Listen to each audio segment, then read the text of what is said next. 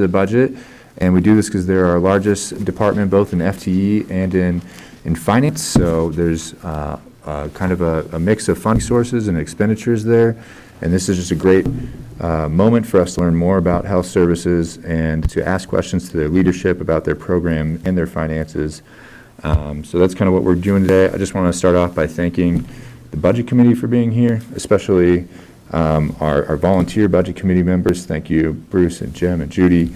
And thank you, Judy, for being on Zoom. We appreciate it. And we know that you can only be here till 11, so I'm going to wrap up the finance remarks pretty quickly and just yield the rest of the time to health to get going. But thank you all for your service here, and we'll just learn a little bit more about health today. All right. Mr. Chair, should we do some introductions? I know we have new members of the... You want to do that? Yes. It doesn't say it on my agenda, so I'm very cautious. That's a good point. So, Jim? You're going to be slavish to the agenda. So hi, everyone. I'm Jim Pfister, live in Sun River, and have been full-time in Deschutes County since 2013. And Judy? Hi, I'm Judy Trico. I have lived in Deschutes County for 28 years.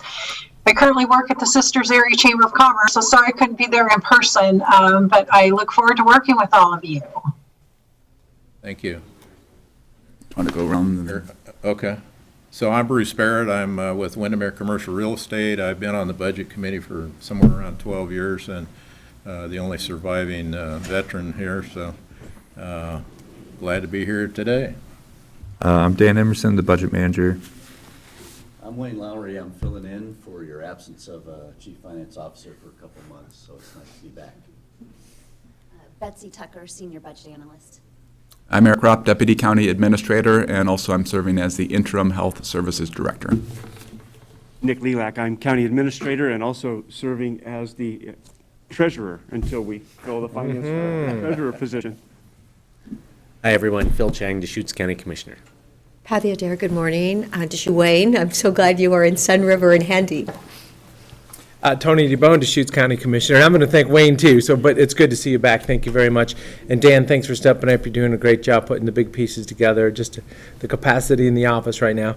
And then welcome Jim Pfister and Judy Trigo, so new public members of our Budget Committee. It's the first time we're coming together.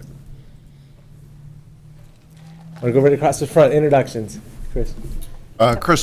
Chris Weiler, Operations Officer for Health Services. Morning, Janice Garceau, Deschutes County Health Services Behavioral Health Director. I want to say hello to our new members, Judy Trigo and Jim, who I met this morning. And I don't think I've ever thanked you guys before, but this is a volunteer gig, and you always come and give us a lot of time, and it's appreciated. So thanks. Nahat Sadraz, the Public Health Director. And I'm Cheryl Smallman. I'm the Business Officer for Health Services. Mm-hmm. Just a couple more. Hi, Pamela Ferguson, one of the Public Health Program Managers. Good morning, Jessica Jacks, also a Program Manager in Public Health. And then Whitney Hale, Deputy County Administrator. All right. All right, I'll start off with kind of introductory comments.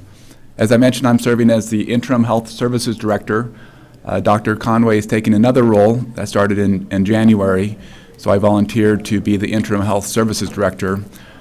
As you know, I'm a generalist, and the only reason why I'm able to fill in as an interim is because of the knowledge and expertise of the folks that you see in front of you and behind me of the staff at Health Services. They are very knowledgeable, they are experts in their field, and that's the only reason why I'm able to step in on an interim basis. A couple goals or purposes of the meeting. One is to increase Budget Committee members' understanding of the department and the services provided. Most of us are aware of many of the county services because we use them frequently. When we talk about not landfill, most people say, oh yeah, I went to not landfill, great experience. But with health services, many of the services you may not have used or may not be familiar with. So it's important that we talk about the wide range of services at health. We also want to provide adequate time to explain the special requests and make sure that questions are answered. And then the third thing is it'll help guide us. Today's discussion will help guide us for Budget Committee Week. We want to hear from you about what else you would like to know or learn about during Budget Committee week. So those are kind of the three main goals. Next, I want to talk about the impact of COVID, not only, of course, on the world, nation, state, and our community, but also the department, the Health Services Department. It has been a tremendous lift for the whole department. Yes, it's a public health response, but it's also a health services and Deschutes County response. It's had a tremendous impact. It's been exhausting for all involved, and the staff in health services have continued to perform at a very, very high level. And also, we appreciate the help from other county departments. I know the finance department has been instrumental, admin, legal, facilities, IT, every single county department has been impacted by COVID. Next, I want to just point out, I've watched the health department for 14 years. I've been with the county that long. And really, the model has been changing and continues to change. It used to be services were provided, most of the services were provided out of the Courtney building. And it was a much easier model where you say, okay, community, here's our services, we'll just publish them, we'll put them on the website, come to us at Courtney. We also had some other services in the community, but over the last couple of years, the department has gotten much more out into the community. We now have services are provided in all 4 cities within Deschutes County, in schools, in homes of the customers, at the Kids Center, Becky Johnson. All told, we have staff in 10 different facilities throughout the county. It's easier to provide out of one campus, but in terms of being more effective and getting out to the community, that model has changed. I've learned that it's a department that adopts best practices and is even leading best practices. There's goals, performance metrics, and accountability. The last part is it's a large department, but it's not complex. We always say that, but we're changing the mantra, or at least I am, or at least when I talk about it. The way I look at it is in behavioral health, staff provide services to people with serious mental health and or substance abuse disorders and intellectual and developmental disabilities. You'll hear the term IDD, that's what that stands for, intellectual and developmental disabilities. In terms of the funding for behavioral health, a majority of the funding comes from state and federal sources. And we'll talk about the different types, and you'll hear CCBHC, you'll hear the CCO and the PPS, the prospective payment model, but really the funds come from federal and state government and a small amount of county general fund. IDD, the intellectual developmental disabilities, we'll talk about that separately because the funding model is much different than the other behavioral health services. At IDD, there's state funding, oftentimes it's based on a formula on the number of clients we serve, and then there's a local match required. We'll also talk about the behavioral health reserve. We'll talk about the way we got the reserve. It's a good thing. It's like other county reserves. We talk about the health benefit reserve. We're in a good position because of that, and it's a good thing that we have a behavioral health reserve. We'll talk about how we got the reserve and the plan to spend it down. Then on the public health side, it really comes down to population health, so it's taking care of the entire community, and also there are certain clinical services that you'll learn about. And on the public health side, it's a much different funding situation. The funding is predominantly money from the state, and then there's county general fund. And oftentimes the money from the state, if we say no to that, if we don't apply for the grant or don't pursue that state funding, it'll go to other counties in the state. It's a little bit of a tricky situation because in public health, we apply for a grant, the state covers it, but the associated costs, kind of the overhead or the additional costs, often is not funded by the state grant dollars. And so that's where county general fund often comes into play. And in conclusion, we are a department of mostly staff, personnel services is the largest cost component because we provide services to the community. With that, I'll turn it over to Cheryl. Great. Thank you. Let's see if we could go ahead and start the PowerPoint. We'll move through. That was a great introduction, Eric. Thank you very much for highlighting the major funding sources. I think that's extremely helpful. As Eric noted, we are a very large department. We are the largest in the county, both in expenditure and FTE. We do a lot of things in the community, and any one of those programs we could spend the entire amount of time on, I think, discussing the funding, historical, projections, etc. So it's a fine balance to provide enough detail so that you have the information needed to make the policy decisions during budget week at the end of this month, but not inundate you with too much information that it gets confusing or confuzzled.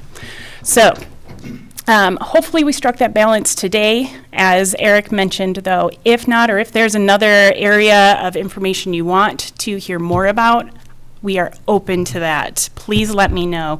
We'll prepare the information and we'll cover that more in depth in a couple weeks in May when we see you again. So, how we have today structured is first I'll provide a high-level overview of all of our funds, projecting out or forecasting out rather through fiscal year 26, so you get a sense of what we know today. We are very dynamic, as Commissioner DeBone often says. Well, and I was just thinking that. Let me step in real quick. So for the new budget members, so year after year, it starts off with, man, it's different than it was last year. There's a lot of change, and then you just follow right into this, not panic mode, but man, our kind of worry mode. But it's just like that. It's always changing. So it's managing change. It's trying to stay on top of it as it's happening because it's state and federal choices about the funding paths and then the staffing level. So yeah, just let you know let's embrace the change or whatever we need to do here. So. Exactly. Yep. So we'll dive into each service area, or commonly referred to as a division. Behavioral health we'll address first. We'll talk about behavioral health and its major funding sources, and then the special requests. We'll do the same for public health and the director's office / admin services last.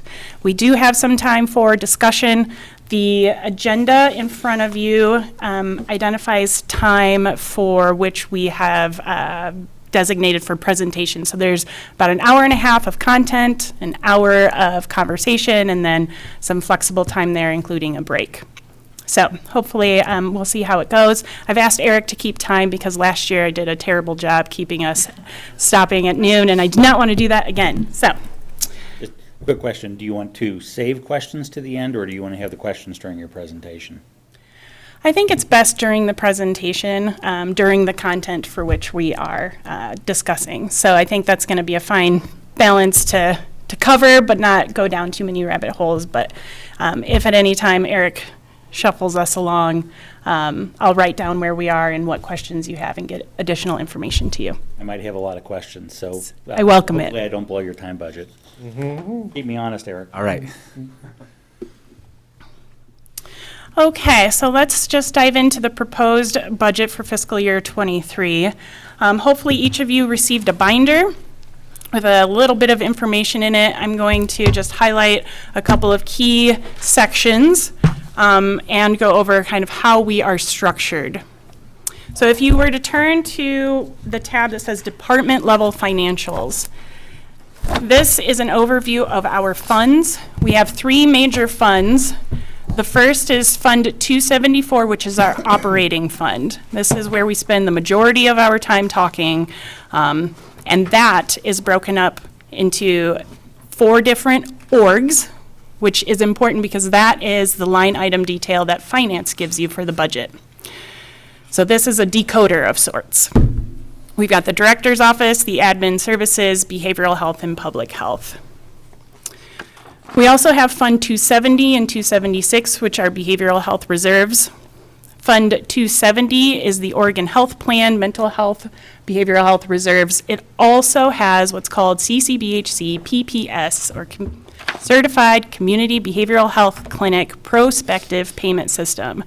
You will hear CCBHC PPS many times. It is a major funding source for which Janice is going to cover more in depth in behavioral health section.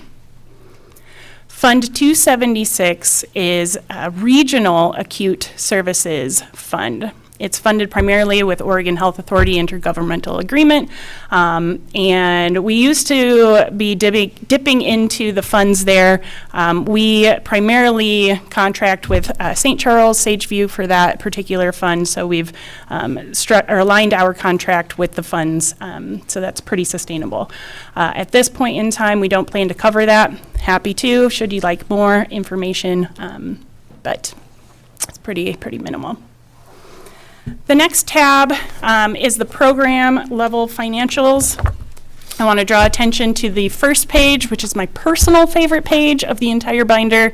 It's a one-page overview that compares fiscal year 22 to fiscal year 23, outlines the county general fund, how that's changing between programs, and so any one of those service areas is broken out into program areas in more detail. In each section, we've summarized the service area, so behavioral health, that is a green sheet. In like categories of funding, comparing the 2 years is a way to more easily digest it. And then behind that is program level detail. Questions on use of those financial sections of the binder or how we're structured? Great. Okay.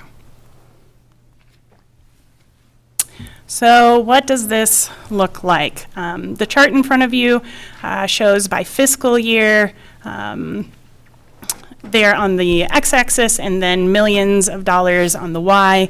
What this shows is the dark gray is the county general fund over time. Light blue are other government payments, really high level grouped together. That's all of the state, federal, patient fees, etc. The more dynamic blue is capitation, also includes the fee-for-service with our coordinated care organization, Pacific Source. Those are those payments there. The yellow is CCBHC, so you can see the years for which were, for better or for worse, boom years, and those that perhaps are not booming. And then the green is the beginning working capital for which is carrying over each year. The dotted line are projection or our expenses, and then you can see out the proposed budget there and forecasting out to 24, 25, and 26. These are all funds, so that's 274, 270, and 276. And what you see here is that in fiscal year 2026, our expenditures are in a line that are more than our resources. So yes, we are operating at a deficit. We oftentimes have more beginning working capital for which we planned on. In fiscal year 23, we have increased our vacancy assumptions, assuming that behavioral health will operate at a 10% vacancy, public health at a 6%, and then director's office and admin services at a 3%. Typically that goes 6%, 3%, and then across the board 3%. So we've increased that. Other things to note in the proposed budget, it does include an increase in county general fund for public health. We assumed a 3.5% increase in county general fund level. We decreased the behavioral health county general fund level in the proposed, and we do have one special request in behavioral health that would bring it close to the fiscal year 22 level, so we'll talk more about that. What the overall fund outlook hides is what this looks like when we consider behavioral health and public health. Currently, when we look at behavioral health, that forecasted gap in fiscal year 26 is much smaller, not necessarily in size, but that gap doesn't happen until about 2026. One thing to note in terms of that dynamic, we tend to have additional revenue or more or fewer, less expenditure than we budget, as I mentioned. So I did a model here that looks at what we're calling the 10% surprise, either new funds or less expenditure, and to see what that looks like for behavioral health. And in this particular model, the 10% surprise yields about $4.6 million annually, which is not absurd. That is something that we certainly have come to see across the years. Just the other day, we learned that they approved a 30% rate for Medicaid. So that is one area, for example, for which we did not know and is not in the proposed budget. We do not know how that will roll out or through our coordinated care organization yet, but I assume that will yield about $750,000 at least for behavioral health that we didn't anticipate. And is that historically accurate? You get lucky to the tune of about 750 regularly? We get lucky at a significantly higher amount than that many years because of CCBHC. So we've negotiated a higher contract with our coordinated care organization. We've had CCBHC revenue that we've generated.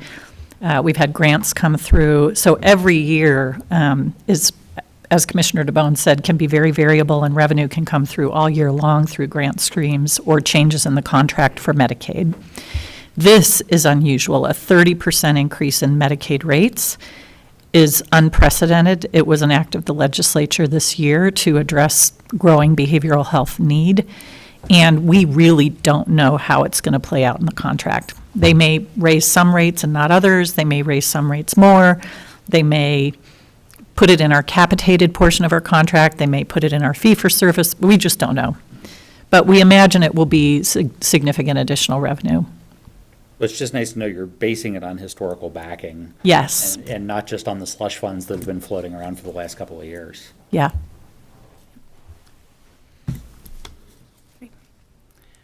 Public health, on the other hand, I do think that we'll be at a point, decision point, relatively soon. It may or may not be a surprise that public health nationally has been underfunded for many years, and I think that was brought to light during COVID. During the COVID pandemic, one-time funds did infuse into health services, which allowed us to build capacity, not just in COVID, but across the board, specifically around public health modernization. We have some one-time funds that are coming through based from the federal level from COVID. So what that means is when we look out into the future years, are we going to continue that investment, and how so? I think they're discussing that nationally, they're certainly discussing that statewide, and then locally we may be at a discussion point as well. As you can see in fiscal year 24, much earlier than fiscal year 26 for behavioral health, public health's expenditures are more than its resources. That means that next year, what I know today is that we will not meet our contingency level in public health, and we will need to cut or reduce expenditure by about $500,000 or identify new funds for public health. Yes, Nick. Just a question, does the proposed budget for FY 23, 24, at least, does that include the ARPA reserve fund or not? It does not. It does not. So that could be an area for which we could look at if the commissioners are open for additional funds. And for good measure, the 10% surprise on the public health side would result in about $1.6 million per year. So that would be a higher vacancy, for instance, than what we budgeted. So a 7, 8, 9% could help yield that, or additional funds. Either way, that's why we're calling it the surprise. We don't know what side of the financials it's on. In that scenario, we are good through fiscal year 24, and we overexpend in fiscal year 25. So just briefly, I mean, it looks like the real explosion in expenses was 2021, which is not necessarily a surprise given what was going on. and you're doing a reset now, planning into 2024, but you're doing a reset back to the baseline of growth from 2021. Do you see a potential reset back to pre-pandemic? So in my financials, what I've done, or our financials rather, is for limited duration positions that have an end date and the funding ends, I've taken both out. That's where you're seeing that reset, but it's slightly higher from 2021 because of COLA and other inflationary reasons. But yes, at this point in time, unless we have some decisions around converting limited duration to regular, I would expect a reset. Okay. But a reset back to the curve that you've basically been running, not a reset back to the original baseline. Exactly. Yep. And just very recently, we have decided to, the board decided to provide for a 2% wage adjustment on top of COLA for all, basically all county employees. So that is showing up in here as well. Correct. So a reset, a reset to, pre-pandemic staffing levels doesn't necessarily take us back to pre-pandemic expenditure levels. Yep. Good questions. Okay, and with that, I'm going to turn it over to Janice Garceau to talk about behavioral health. Okay. I want to make sure I'm moving this in the right direction. Okay. So just as a way to track along this conversation, I think it's helpful to think about behavioral health services and 4 sort of core concepts. One, both in terms of IDD, which is intellectual and developmental disabilities, and in terms of behavioral health, which is treating people with substance use and mental health disorders, we are providing primarily required services or safety net services, and I'll define those in a couple of minutes. 2, most of our funding is derived from needs-based modeling. So when we talk about prospective payment system, when we talk about the IDD workload model, when we talk about the CCO contract for the Medicaid spend, a lot of that is based on a formulaic sort of assessment of what's the population of people that need these services, what's the cost of providing the services, and so how do we fund that? Third, much of what we do in both behavioral health and IDD is enhanced with opportunities for match arrangements. So IDD has a match arrangement where if you commit local funds, you get an enhanced rate of reimbursement for services, and behavioral health through the Certified Community Behavioral Health Clinic model also has a match-enhanced payment structure. Fourth, all of our projects have performance measures of some kind. Some are outcome-based, some are what I call widget counting, how many of these did you do for how much? But much of it is increasingly focused on, are you actually demonstrating that the way we've invested dollars is making a difference in the lives of people who are struggling in our community? Today, I'm going to be talking about several programs very specifically because they relate to the special request, but this just gives you a high-level view of how behavioral health is organized. So we have our crisis and stabilization services. Those are very much on the front end, encountering people in crisis who need immediate stabilization and assessment. Access and integration, which is really our CCBHC project and all things front door. So how do people get to us? That is handled by our access programs. Our intensive adult services, which serve people with serious mental illness, usually with psychosis as a co-occurring presenting problem. So they may have depression, they may have bipolar disorder or schizophrenia, but typically these are the individuals who are quite ill in the community and have psychotic disorders, also may have substance use disorders. Comprehensive care for youth and families is everything kids and families, from moderate level need to children with severe emotional disturbance. Outpatient complex care are our hubs. So we have outpatient clinics that are integrated with primary care in North County at Redmond, in Bend, and in South County in Lapine. And they serve people 0 to end of life with mental health and substance use disorders. And then last is our intellectual and developmental disability services. The ones that are highlighted in yellow are the program areas where we have special requests reflected. I am going to show you a video in just a moment, Stephanie. I'm showing it to you for 3 reasons. One, it's a nice overview. It gives you a chance to actually meet some of our staff, and they're where the rubber meets the road and how services are provided. 2, it gives you an opportunity to see some of the efforts we've been engaged in this year to try to address the historic staffing crisis that we're experiencing in health-serving agencies across the country. And 3, it's just a really nice video, and we're proud of it, and Eric asked me to show it. So let's hope it works. It's 3.5 minutes, so not too long.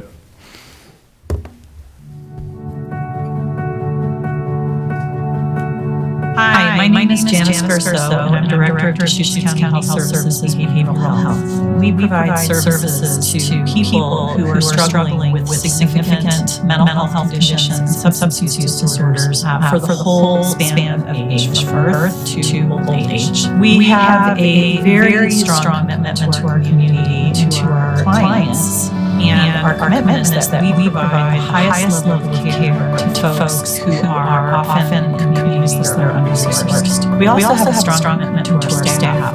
And what we commit to in terms of staff is having great benefits, but more importantly than that, a meaningful, well-supported, clinically excellent place to work. My name is Bridget. I'm a psych nurse practitioner working at the county. And I've covered a lot of places, but I choose community mental health. Most of the patients that I work with are facing systemic barriers to their wellness. They have financial insecurity, they're facing homelessness, various forms of depression, food insecurity. All of these things complicate their treatment and make it just harder to heal. But I always think I would rather be here helping people with their mental health, working on these teams with people, fighting against those barriers than doing this work anywhere else. Hi, my name is Melissa, and I'm a peer support specialist. As a peer support specialist, I love being able to build relationships with my clients and support them as they access community resources. I'm a therapist at the county, and I know my job matters. The benefits, support, and work-life balance help me take care of myself and my family. And I know I'm making a difference in the community I want my family to live in. Yes, this work is hard, but it matters. And I'm not doing it alone. Being part of a team makes the work more possible and more fun. I have resources available to the individuals I work with that don't exist in other places, like case managers, peer support specialists, and groups. I also have lots of opportunities for training and learning, so I can be on the front edge of respectful and trauma-informed care for my clients. My job matters, and I see that every day.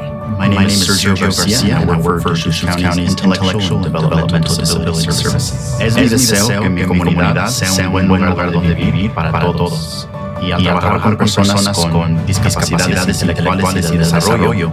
El condado de Deschutes me provee el entrenamiento y la herramienta necesaria para ayudar a las personas a vivir su vida de la mejor manera posible. If you want to do meaningful work in a gorgeous natural environment where there is lots of exciting stuff to do both outdoors and indoors, this is the place you want to be.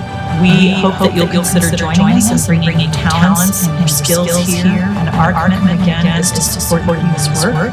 It is going to be difficult, but it will also be the most meaningful work I think you do in your career. And we'll get to do it in amazing community with wonderful teams.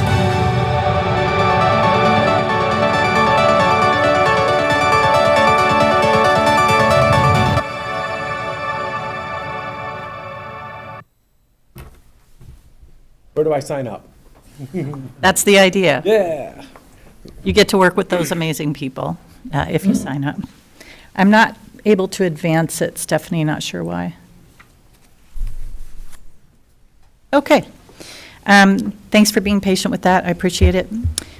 Just a quick reminder, the Community Mental Health Program, which is what Deschutes County Behavioral Health is for Deschutes County, is actually a function of the local mental health authority, which is our Board of County Commissioners.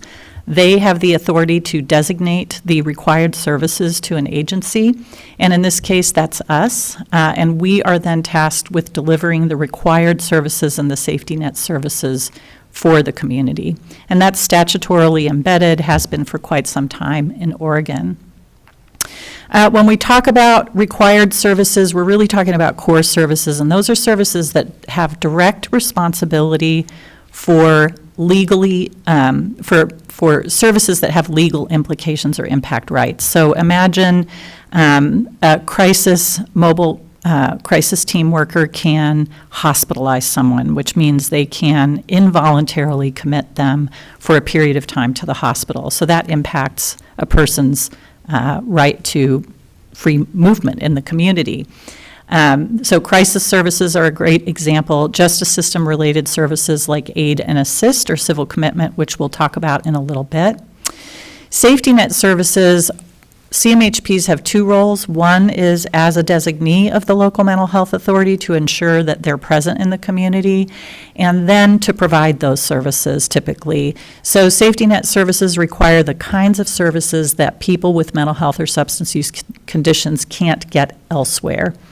Things like forensic diversion, housing supports, our assertive community treatment team that works with people with serious mental illness. Those kinds of services that are intensive and require case management and peer supports usually aren't available in the private sector at the level needed. And finally, we are the last resort provider for other needed services, so outpatient substance use disorder treatment, school-based health center, mental health supports, mental health services in general in the community, and those kinds of offerings we also provide.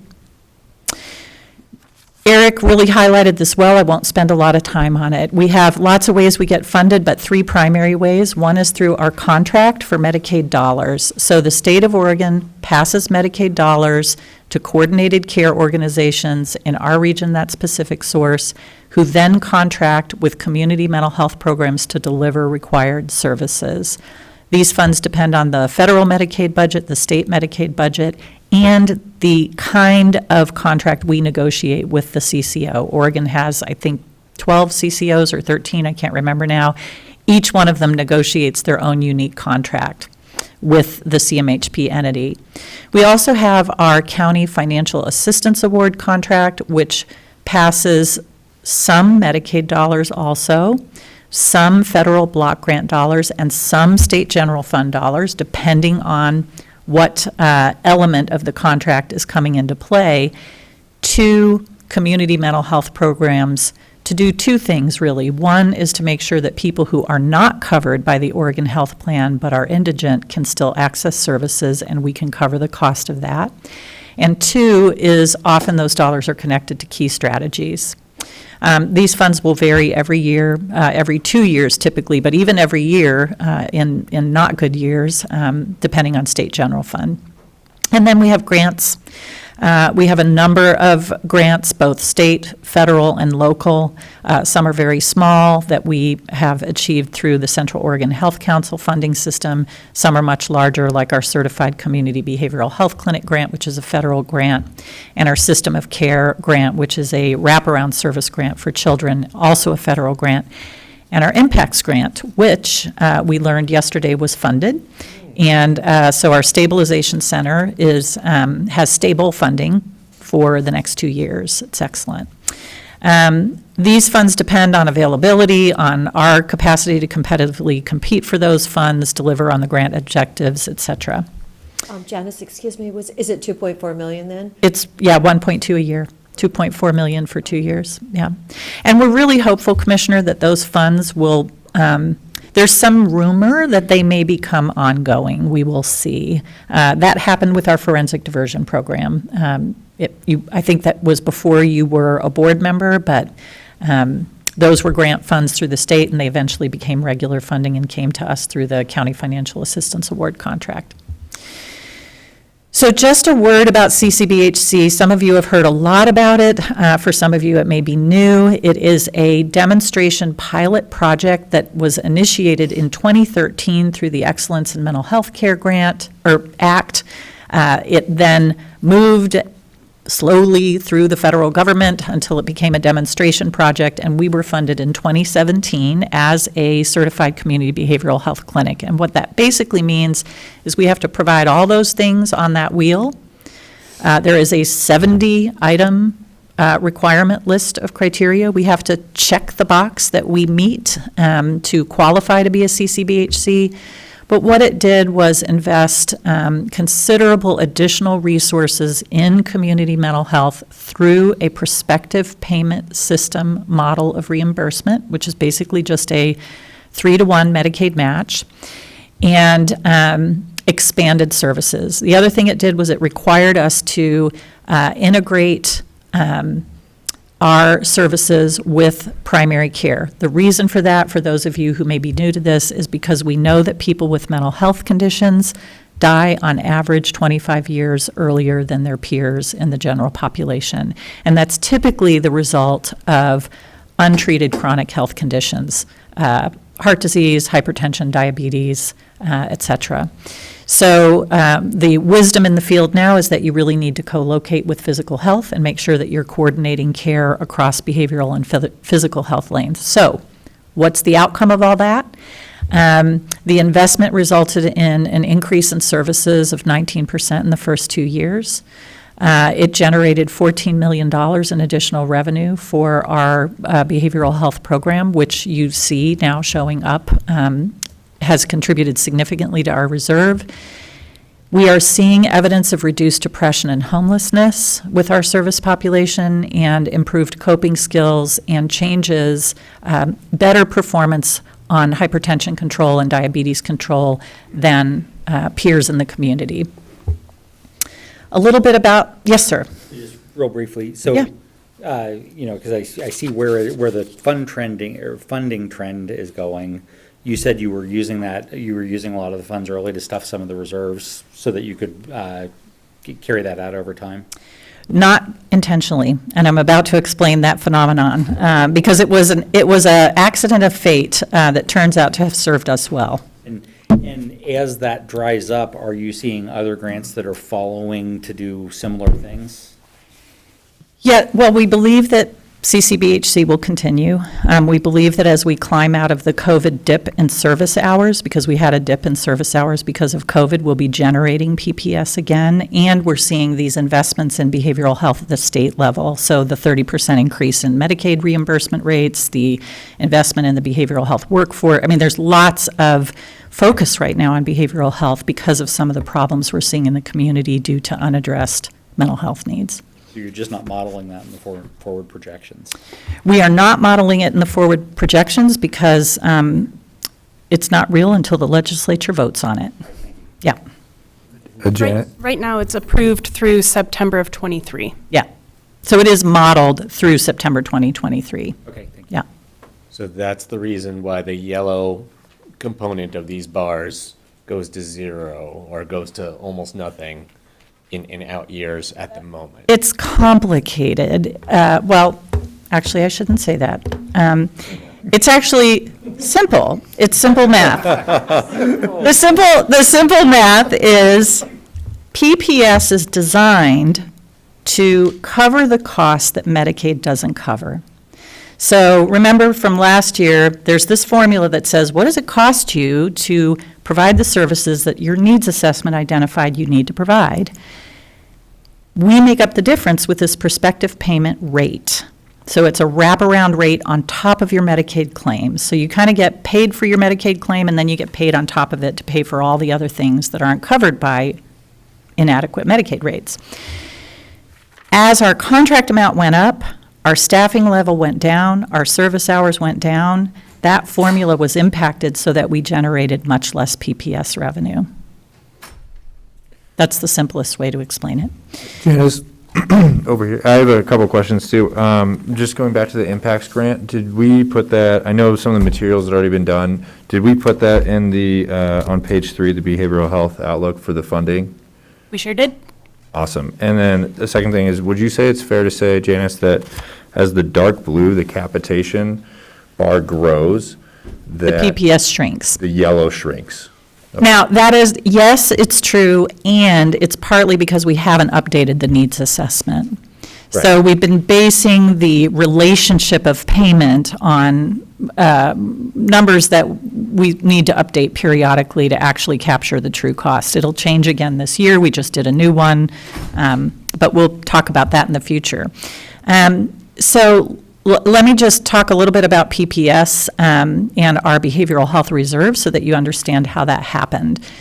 PPS generated revenue that we did not budget in previous years because at the time, the legislature was uncertain about whether or not they were going to continue the demonstration pilot. In order to cover the cost of the services that we had developed and hired for under the original demonstration project, we applied for grant funds that were made available for that purpose, and we covered those costs through those grant dollars.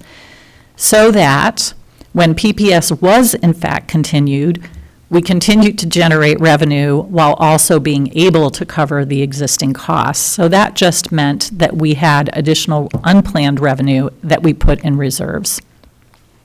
Those dollars are Medicaid dollars. They must be used for behavioral health, not for IDD or anything else, and they are intended to cover current gaps in services and to address future needs. So the state of Oregon right now is actually in the process of having us redo our needs assessment, identify what additional positions may be needed to reflect population growth or unmet need, and we would need to be able to deploy some of those funds to cover those costs if we in fact identify that there's still additional need for FTE and services. One more, could I Yeah. just ask one more PPS question? So,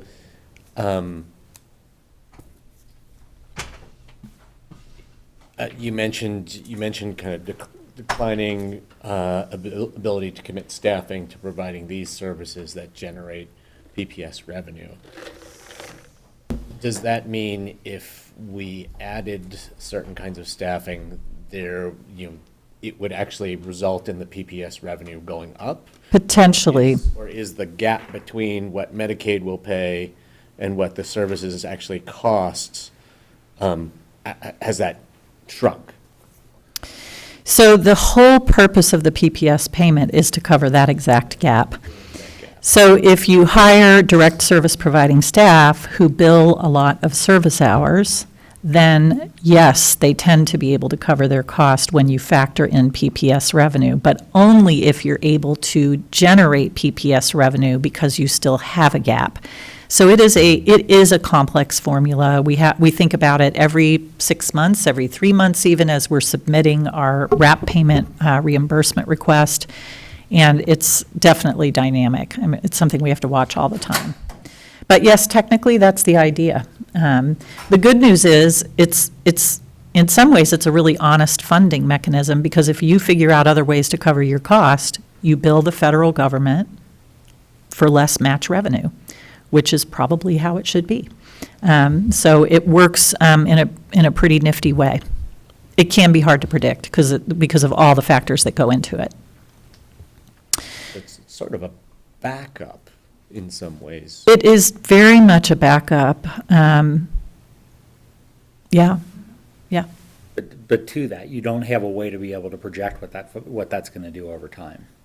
We can make a very good educated guess, and we did on the front end of the demonstration project. In fact, some members of this board were here when we took our first gamble on this, and we hired 29 staff, guessing that we were going to generate X amount of PPS revenue, and we exceeded our projection and didn't end up hiring all those staff, and so ended up in a really, really good place. So we make good educated guesses, and it's a pretty fluid environment right now because of all the investment in behavioral health. Tom? I'm going to move forward, if that's all right. I'm now moving into talking about our special requests. I'm going to start with IDD. IDD provides required community develop, I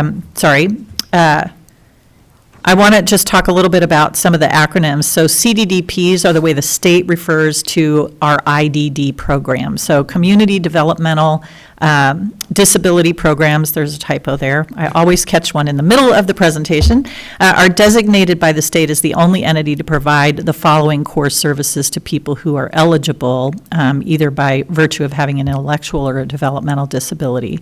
So our IDD program does all eligibility assessment. We conduct abuse investigations for adults. We handle foster home licensing for adults, foster home certification for children, and case management is really the bulk of the services provided by our IDD staff. In the last 5 years, there's been a significant increase, no surprise, because our IDD population has grown with our county population. So it's increased by 34% since 2018, which is roughly 8% a year, give or take a few percentage points. This is a program funded through a workload model, so a needs-based funding model that identifies each biennium the number of FTE projected required to provide the services to the population. We added some of those staff last fiscal year. We're proposing to add 3.5 additional FTE this year based on that calculation. And those staff will provide case management services to the increasing caseload and help with the workload associated with recruitment and licensure of foster homes and supports for placements.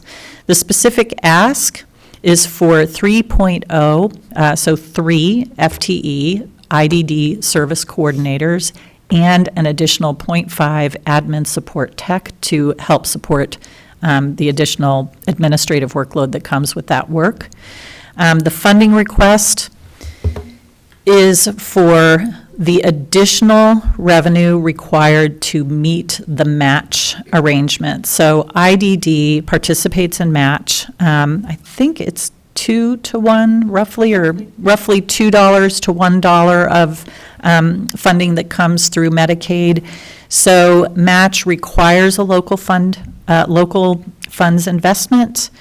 We moved county general fund from behavioral health to IDD to cover the existing match requirement, and then this $111,000 and some odd dollars in county general fund ask this year is to make up the entire match amount. So we put some existing county general fund in. We're asking for $111,000 additional to make the total match required associated with this ask. So I want to stop there in case there are any questions about that one. Yes. So do you see this increase in demand for service as a percentage as the population grows, or do you see a change in the percent of the population that need the service? Because the IDD population is pretty predictable, I mean, it's the kinds of disorders that you can generally predict in the population, it grows with the population. So it's a fairly predictable growth curve in the IDD population. So Yes, sir. following up, have we kind of onboarded people that were looking for services that we couldn't serve recently, as in there's more people getting services percentage-wise? I'm just thinking the percentage probably isn't going to be 34% growth in the future, is it? We are seeing some slowing in growth just this year in the service population. I would just assume, I don't have facts, but that we kind of onboarded people that were ready for those services in the last few years because we did grow the program. Yes. Yeah. Yeah. 34% since 2018, right? 34% growth since 2018. And this year was probably the smallest growth, but I think it was 6%. So it's still growing significantly, but not quite as precipitously as in the last. We grew the program. There was just that opportunity for somebody to say, oh, I've been meaning to ask again for those services, and now they were there. I'm just thinking we probably found a natural group that weren't served because we were able to grow the program. Yeah, I mean, I think everyone who comes to this community may bring a family member or their own condition of either intellectual or developmental disability, and then they access services that we're required to provide. So this is Judy. Given the population growth and the increase that I see on the chart, it seems like a reasonable request. Do you foresee a challenge or a struggle in hiring 3 new service coordinators and the half-time admin support person if it was approved? It's a really good question, and it's something we're thinking about every day. Yes, I don't foresee a challenge hiring the .5 admin support tech. We have been successful hiring service coordinators in IDD, but it has taken us longer than it did historically. So I don't know that these positions will get filled right away. It will take some time. Thank you. Yeah. Thank you. And then, just to make sure I'm clear, so the 372 is a fully burdened number? Yes. Okay. Heath. How does this compare with other health authorities around the region? Are they experiencing the same growth in need for service because of population, or? It is literally directly related to population growth. It is also a little bit related to the effectiveness of the program in delivering services. So when they do the workload model assessment, they look at population growth of people with eligible for IDD services, and they look at the workload of the staff. So they actually do this really funky, probably fairly annoying to staff process over a period of a couple weeks where they check in via email every single day to count what people are doing. So they're getting a real-time assessment of the actual work it takes to serve the population, and they build that into the formula. So it's population and the amount of work people are actually doing on behalf of the community. Yeah, that was kind of the built-in nature. My question was, Yeah. Are we seeing a more than our share of growth because we have such a good service? Are people coming here to get the service? No, I don't think people with IDD are moving here to get our service, but I think when they move here, I think they're I think people that have children who are really challenged probably do move to more urban communities. I think that would be predictable. So I think communities, as they urbanize, are probably going to see people who want to access more resources. But this growth has been so steady in the IDD population. I really think it's mostly a function of the population growth in our region. And our service counts have gone up accordingly. So they haven't gone up, like suddenly went up a lot just because we hired people. They've literally kept abreast of the amount of people doing the work, the population growth. It's almost an exact match in the relationship and the trend. So because we track the service counts every month. So along that, because I don't know much about it, does the need for IDD skew economically in one way or another? I don't think to quite the extent that the need for community mental health services skews economically. Okay, so it's a fairly even distribution. Yeah. And then have you benchmarked our IDD needs, try it again, our IDD needs per capita in comparison to some of the other counties in Oregon? That's what the workload model does. It's a statewide model that benchmarks the need based on the number of eligible persons in the population, and then the amount of work that's being provided on their behalf, and probably a couple of other things go into that formula that I don't know offhand. And there's a great document about it online if anyone gets really nerdy and curious about workload model. There's a whole explanation of the workload model, the bill that originated it, and how it's derived, if you want to read that. Oh, I am totally nerdy and curious. I will get it to you. I just want to follow up on Mr. Pfister's question. When you asked if it was fully burdened, the cost, the $372,000, that is salary and benefits. It does not include increased indirect for fiscal year '24. So we may see additional indirect, but not for fiscal year '23. That's a relatively small amount. Yeah. So I'm going to talk about harm reduction. It's our second special request. This is a position that provides services to people who are at risk of overdose.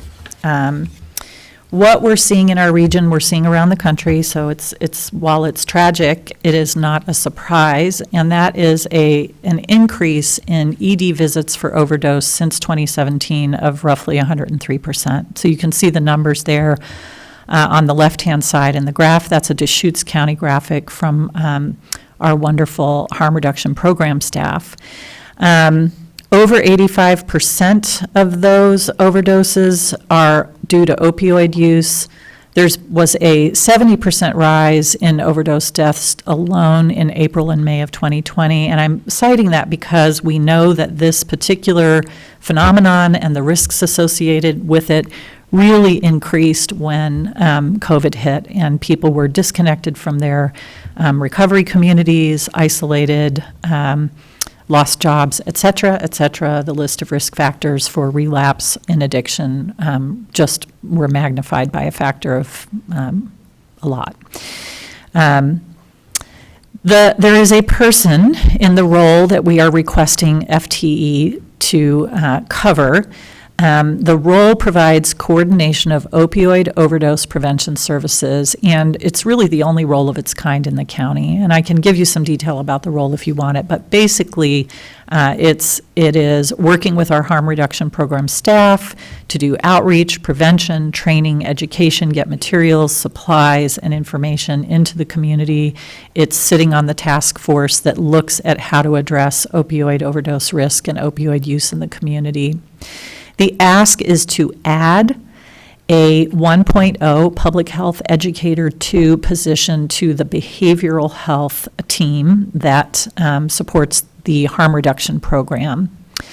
There's no county general fund requested. We have Central Oregon Health Council COVID-related dollars that we received last year, unspent and assigned to cover this work through fiscal year 23.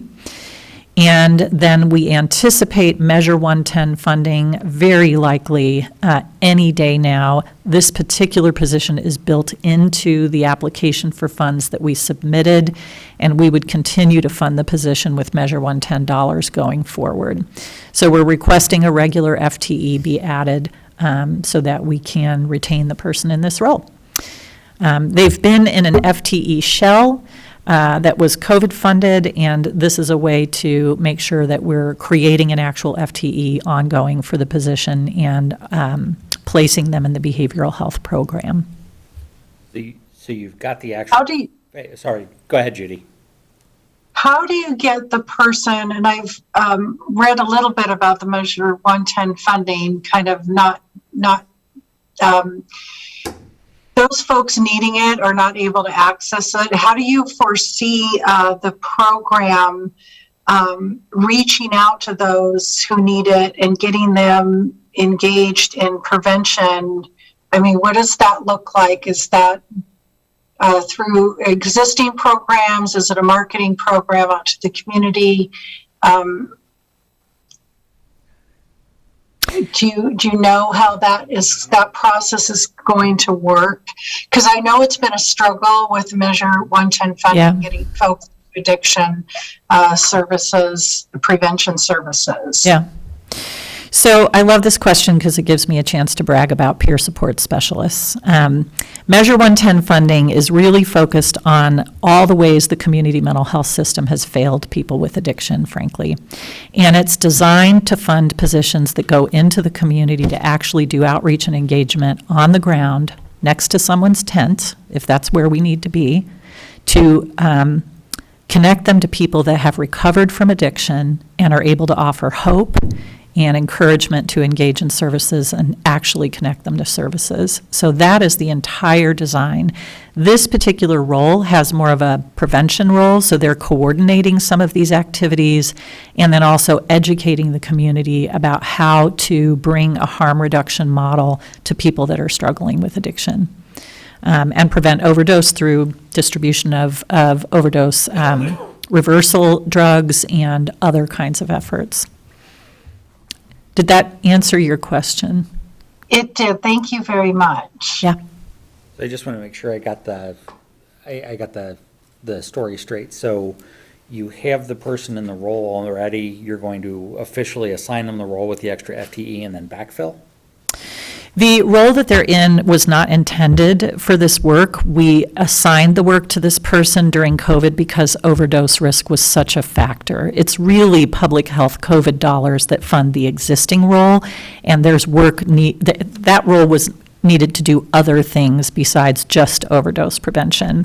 So when we adopted the harm reduction program into behavioral health, we really needed to create an FTE so that this person can continue to do this work specifically in a dedicated way as part of the team. And it looks like you've got it in your proposed already. It's in the proposed already. Thank you, Nick Lilac. Janice, can I follow Judy's question just a little bit? I mean, Yeah. there is a narrative, and you know, we hear it regularly from the law enforcement community that Measure 110, by decriminalizing possession of substances, kind of reduced, you kind of bottlenecked down one of the pathways that people would get to treatment. And so the outreach that you were describing, is that kind of the answer? You know, like this is, you know, we've sort of curtailed this one pathway to treatment for people, but by doing this outreach, we are expanding a different pathway to get people to treatment. That is the goal. It is an experiment. We will see. So what we know is that when we incarcerate people with opioid addiction in particular, actually the risk of death increases, because when they leave and they have not gotten treatment or engaged in treatment and they use, they don't have the same tolerance, they die. So it hasn't been a very effective way to get people engaged. Sometimes I will say that the threat of incarceration has gotten some folks into treatment, but that treatment tends to not stick. What we also know now is that, I'm just going to talk about this in really blunt terms. People that have survived addiction love addicts, and addicts need people who love them and understand their struggle to work with them. And those are the people we intend to employ. And that is the only way that we've been able to demonstrate really powerfully engaging people in believing that they might survive their addiction and involving themselves in treatment. So Measure 110 is really designed to use the people who know how to do this, who care about these people, to connect them to services rather than relying just on incarceration. Whether it will work or not remains to be seen. I think that's the experiment we're engaged in right now. Okay, moving along.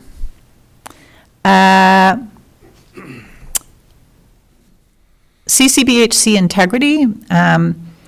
We know that I said CCBHC is demonstrating success. Here are just a couple of graphics. We track many things that show you what some of those successes look like. So we've been able to have clients show marked improvement when they're engaged in services in depression scores, meaning they're feeling better, they're doing better.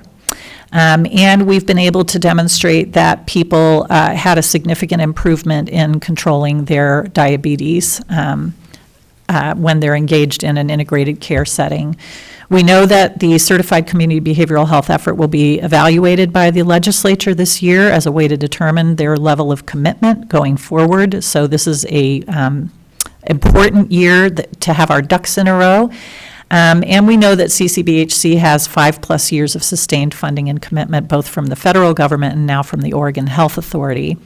CCBHC, as I said, has rigorous requirements. There are 9 metrics, 70 criteria we have to meet. It takes a lot of oversight.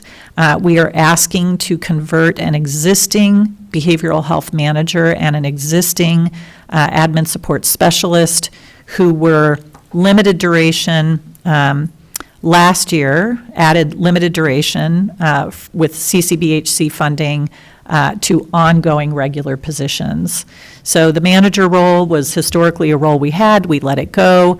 We added it back, and we're asking to make it regular. We have the funding to support it. both that position and the admin support specialist. And it's supported with our various streams of OHP revenue. Related to this special request is also a peer position. This is a position that supports our aid and assist population. Just as a reminder, aid and assist is services that are required, mandated for the CMHP to provide to individuals who are found not able to participate in their own defense. They're committed either to the state hospital or to the community to be restored to some level of ability to participate in their defense. They tend to be quite ill. They require a lot of oversight, case management, wraparound services. That population has increased by 400% since 2018, at the same time that we've experienced an 80% decrease in state hospital capacity. So we are supporting really struggling individuals in the community in a population that's grown significantly with an intensive team. The forensic aid and assist team provides required intensive wraparound services with a population that we just talked about, similar population, difficult to engage, often struggling with both mental illness and addiction, sometimes homelessness. And we rely on our peer support specialists heavily. They have lived life experience. They often do a nice job connecting these folks to services when they're not willing to come in and put their hand up and say, we're going to come to a clinic. This position is filled currently with an excellent peer. It is limited duration and ends June 30th of 2022. So without approval to add this FTE, we lose that person. So we're asking to convert the FTE from limited duration to regular so that we can keep Erica in her role. We are not requesting any general fund. There are some increases in aid and assist revenue and in OHP revenue that help us cover this cost. And I thought I would share who it is. There was an article in the Bend Bulletin about Erica. Because she's been really a remarkable peer and done some remarkable work in this program. I shared with you a quote from that article. She's just a lovely human being and is doing some really powerful work with our extremely difficult service population in that program. So that's who we hope to keep on board with these resources and with this FTE becoming regular. And with that, I turn it over to Cheryl. Okay, so this is just a summary slide that overviews behavioral health. They have 3 special requests, as Janice noted. The FTE total should be 5.5. The total cost is $861,094, and the general funds being requested are $111,470. Janice, I have a question. You were saying, I believe that if Measure 110 funding comes in, we're going to get 8 more additional peers. Is that correct? Yeah, I have to go back and look at the application. It's been a while, but it's 8 or 9 additional peers. So, I think 3 case managers and several other positions in our harm reduction program, a public health educator 2, a community health specialist 3, and a behavioral health tech. So it's 4 different agencies applied together to create a behavioral health resource network: Best Care, Pfeiffer and Associates, Rimrock Trails, and us. So between us, we provide this wraparound set of services for people with addiction. Yeah, Rimrock told me, I just sat with them this morning, that they're down to 49 beds in the state, 49. Fortunately, they just opened up the teenage beds in Prineville. Yeah. But that they thought they were going to open them up in January. Yeah. So, you see where we're the bottom of the nation when it comes to treatment beds. Yeah. It's unbelievable. Yeah. Thank you. Just to kind of reconnect a couple of dots that have already been mentioned. Behavioral health has these significant reserves at the moment generated from CCBHC, and those reserves cannot be used for IDD services. That is correct. They did allow us to move some county general fund, but they cannot be used to create the match for IDD or to cover IDD services. So if this request is for, the general fund request is for IDD services. Yes. We couldn't apply those reserves to the to this request anyway. We can't directly apply the reserves to that request. Janice and Jill, I have a couple, just because we don't always have as much time in the budget actual meeting, I have a couple questions about kind of the long-term health and sustainability of the behavioral health department that goes along with the reserves or whatnot. These graphs include the reserves amount, right? That's that shrinking beginning working capital, so that you wouldn't have anything in fiscal year 2026 projected. And so I guess my question is, behavioral health staffing has gone up in terms of FTE in the last 3 years. And when I look at page 11 in the actual book, the client counts have dropped, the actual client visit counts have dropped by 12,000, it appears, in the last 3 years, and we have this increasing vacancy rate. And it looks like we could have some future tough questions when it comes to financial stability in health services based on this graph. How are you guys assessing that need for the optimal FTE levels? Because as far as I understand, reserves grew to 15 million this year, and this is the first year we're eating into them, down to 13.9. So our operating expense curve in health services has passed your operating revenue in that case. I think we've eaten into reserves every single year, or Yeah. beginning working capital every year. Yeah.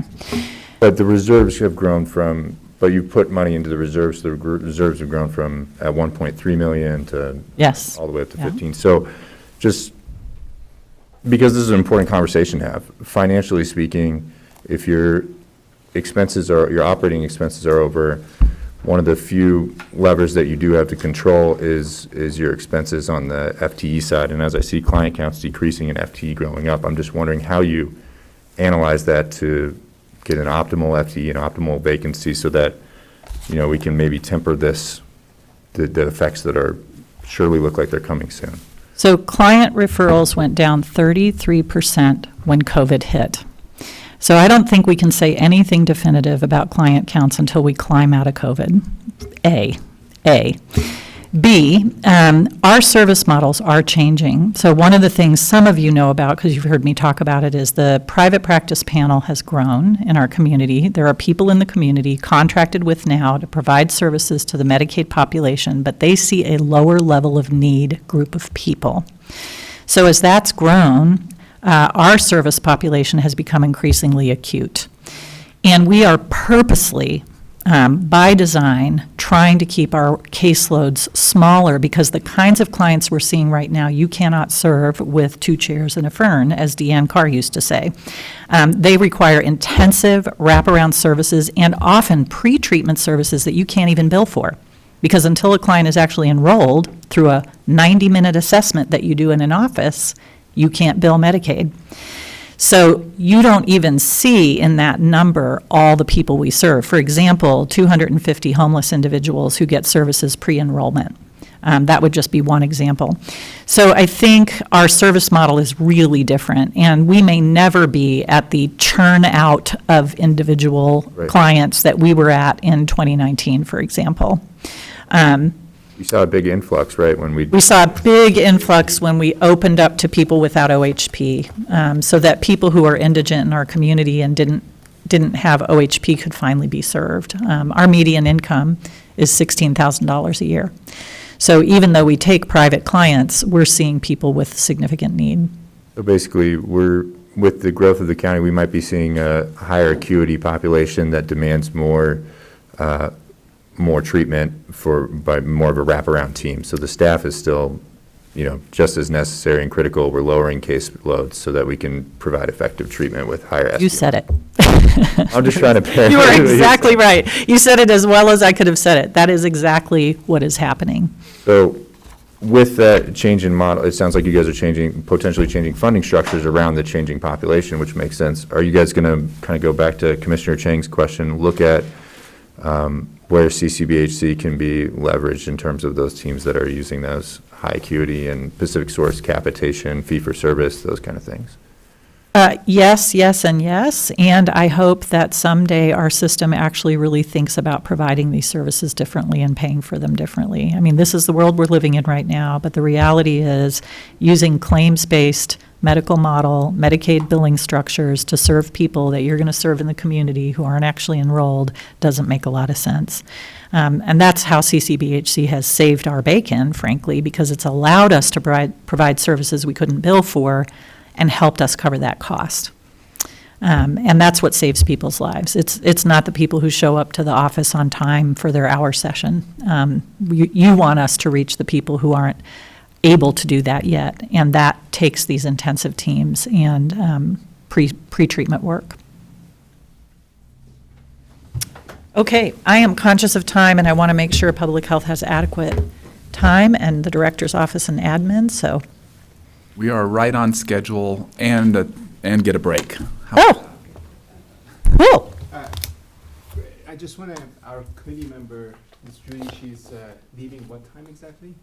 11. Well, actually, she said 10:45. Is it what were you thinking, Eric? I'm hoping to squeeze some time before our committee member leaves. Do you think we can get started and then take a break? Depends on the group and the chair. Yeah, let's go ahead. All right. Thank you. We'll Thank postpone you, the break. I We'll go till appreciate 10:45 and then break then. Sounds good. Right? Thank you. Sure. Yeah, you don't mind? No? Thank you. And you'll know because I'll be sort of moving it here too.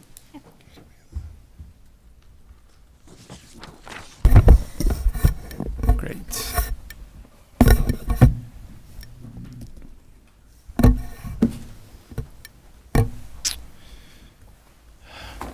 Good morning. Commissioner Adair, I know my tie is beavers, that's my daughter's choice, but my pants are green and that's my son's choice, so. Oh, my God. I'm pandering to everyone, shamelessly, so just to be on the record. My name is Nahat Sadrazudi, I'm the Director of Public Health for Deschutes County. I thought you were going to talk about Ohio State this morning. I don't want to ruin anyone's moods, it's just, well, I have a couple of colleagues coming in, so I'm just going to pause for a second to have Laura and Jessica join us. Laura, maybe if it's okay, just as you walk in, you could introduce yourself. I'm getting started with the presentation. Great. Hi, I'm Laura Nordquist. I'm the Deputy Superintendent for Ben Lapine Schools, and joining me in just a second will be Sean Reinhardt, our Executive Director of Student Services. Great timing. Thank you.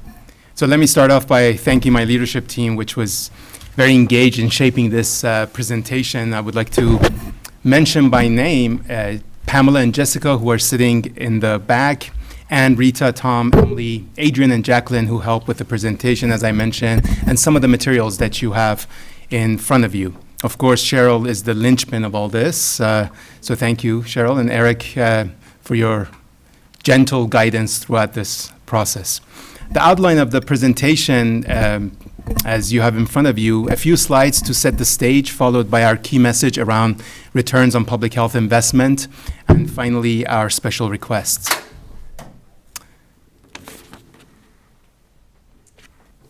As you can imagine, it's been a heck of a 2 years since the pandemic started. We as public health have evolved much like this virus has. Compared to March 2020, when we had 3 sections and 3 managers, we are now 6 sections led by excellent, high-performing managers. Most importantly, we believe that our current structure is well aligned with both community priorities and future investments around preparedness and prevention. We're often asked, what is public health? How is it different than healthcare or medical care? In public health, our collective aim is to maximize population health through an equity lens. So our work often goes beyond individual care or siloed services. We're often working at system and policy levels and make decisions driven by assessments and data. Our work is on the totality of factors that directly or indirectly affect population health. So for example, if access to safe water is an issue, then that's a public health problem. If someone is contagious, especially with a reportable disease, then that's a public health problem. If youth can buy tobacco products at unlicensed, unregulated establishments, then that's a public health problem. If women don't have regular care and support after delivery, then that's a public health problem. If someone lives in a substandard housing or is houseless, whether by choice or circumstances, that's a public health problem. Why? Because our work aims to maximize population health through an equity lens. So what is the status of our county's health? And clearly we're ranked well, otherwise I wouldn't share this. Periodically, University of Wisconsin updates the county health rankings, and we just received the most updated list. Thanks for laughing at that. And Deschutes County ranks number 5 in Oregon. Not bad, but our vision is to be number 1. And getting there will take vision, courage, and investments.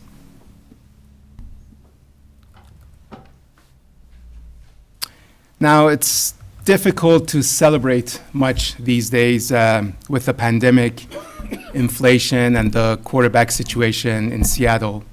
But after, I think, 2 years of COVID, we're starting to see some encouraging signs of recovery. Hey, Sean.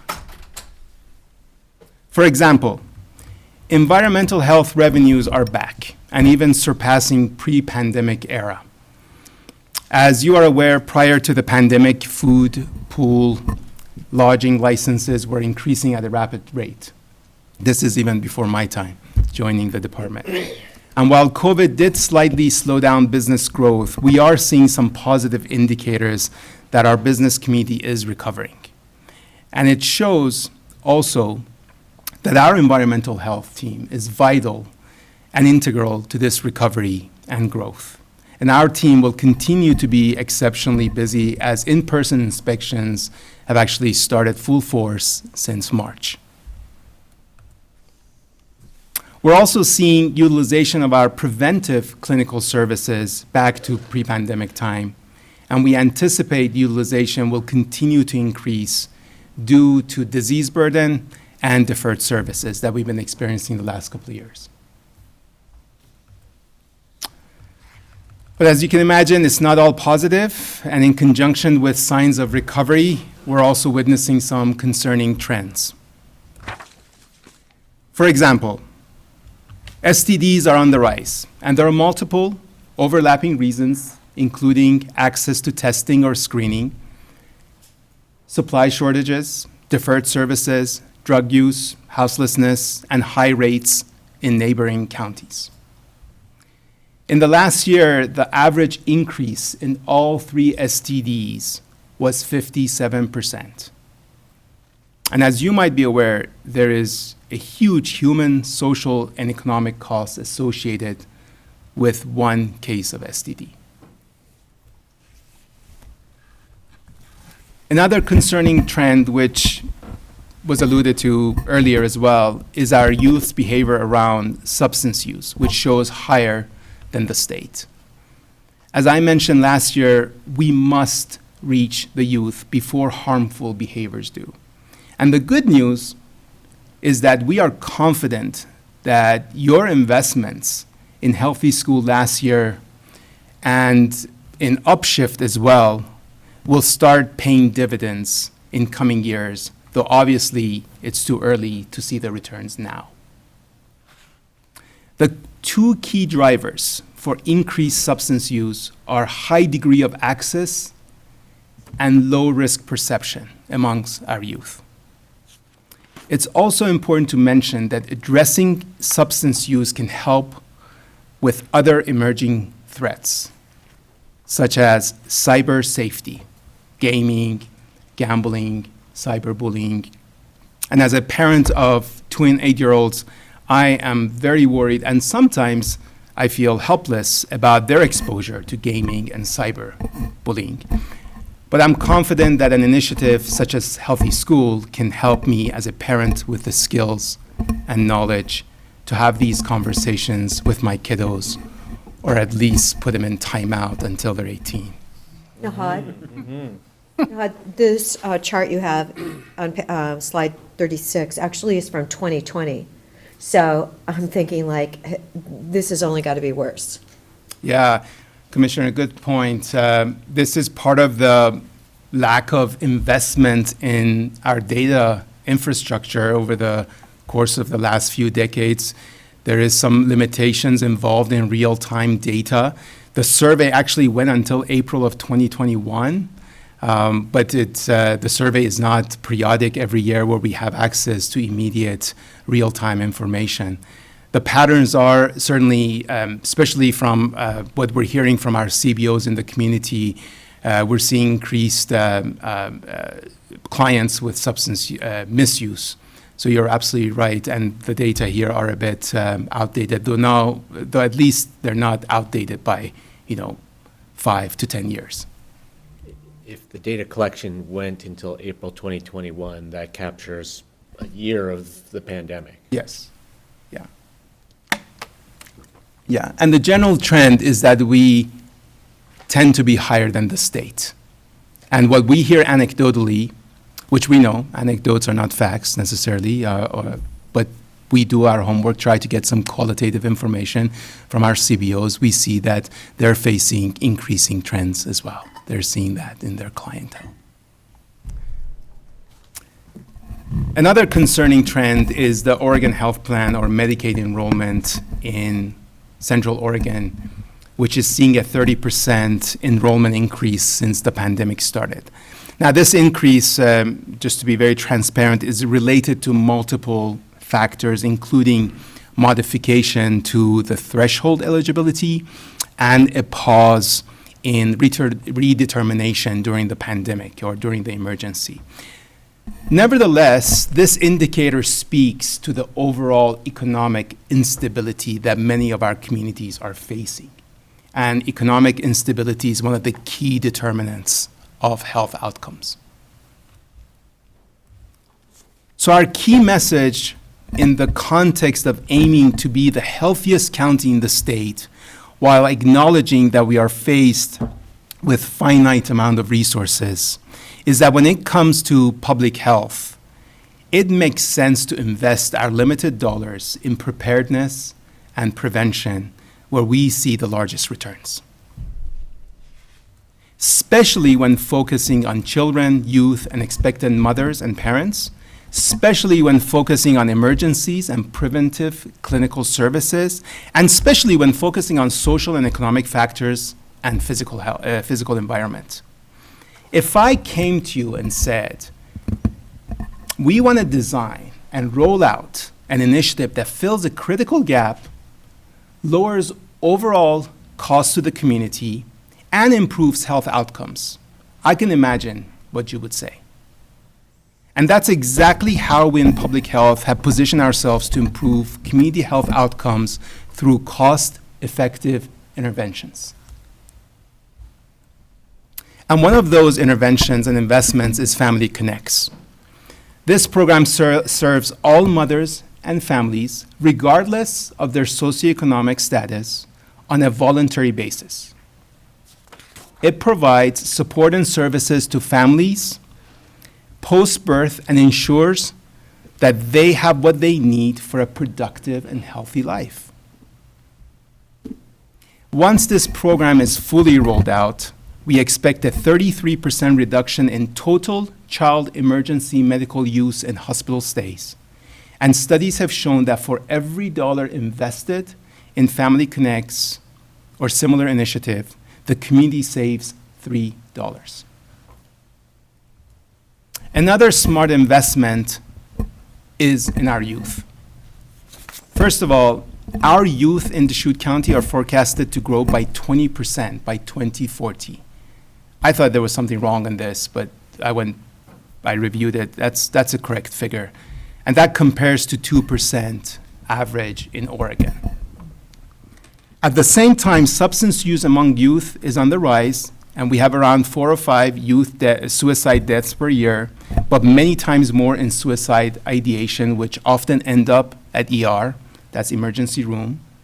And we average around 80, that's 80, teen pregnancies in Deschutes County per year. Moreover, substance use disorder treatments cost around $28,000 per adolescent. And this is local data from one of our CBOs. This is not a national figure. This is from local CBO, spending up to $28,000. Suicide death costs $60,000 in hospital care, physician, and clinical services, and teen pregnancies cost $16,000 in medical costs and economic support.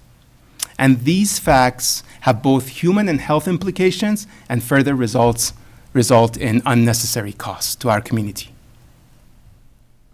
Now, unfortunately, because of time, I'm going to rush through this slide. But the bottom line is that there are also tremendous gains and returns from investing in reproductive and women's health services. Studies have shown that every dollar invested in these services, the public receives $7 in return. Not to mention the positive health outcomes that are delineated in the slide. Now, the next two slides quickly highlight investments outside of public health. Why, you might ask? It's because health outcomes, as you might be aware, are determined by a lot more than healthcare and individual behaviors or choices. In fact, around half of the contributors to health outcomes are estimated to come from our physical environment and socioeconomic factors, which are generally referred to as social determinants of health. And that's why I really want to sincerely commend the committee both from their investment in healthy schools last year, and I believe commissioners from the recent investments in expanding childcare infrastructure in our county, because that has implication in public health. High-quality early childhood programs can yield up to $9 return per $1 invested, with direct, of course, health outcomes that are, again, delineated here. So public health is a smart buy. However, when it comes to public health investment, the fact is that Oregon, compared to our cousins in the Northwest region, remains one of the states to invest inadequately in public health infrastructure. And that takes us to our special requests and the importance of local investments. We have 3 special requests for your kind consideration. The modernization request, though, is already in the proposed budget and doesn't have any budgetary implications. And on this slide, I'm just giving you the 30,000 foot overview, and we have the experts in the back who I'm sure will answer any inquiries you may have. Our first special request, which I have alluded to several times, is healthy schools. This innovative cost-sharing partnership with the Bend-Lapine School District is again aimed at reaching the youth and their families before harmful behaviors and bad outcomes do.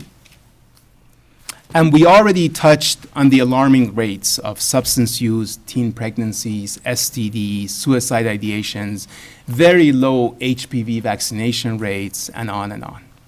So kudos to the county for its bold investment last year, and I can confidently confirm an extremely successful first year with important learnings.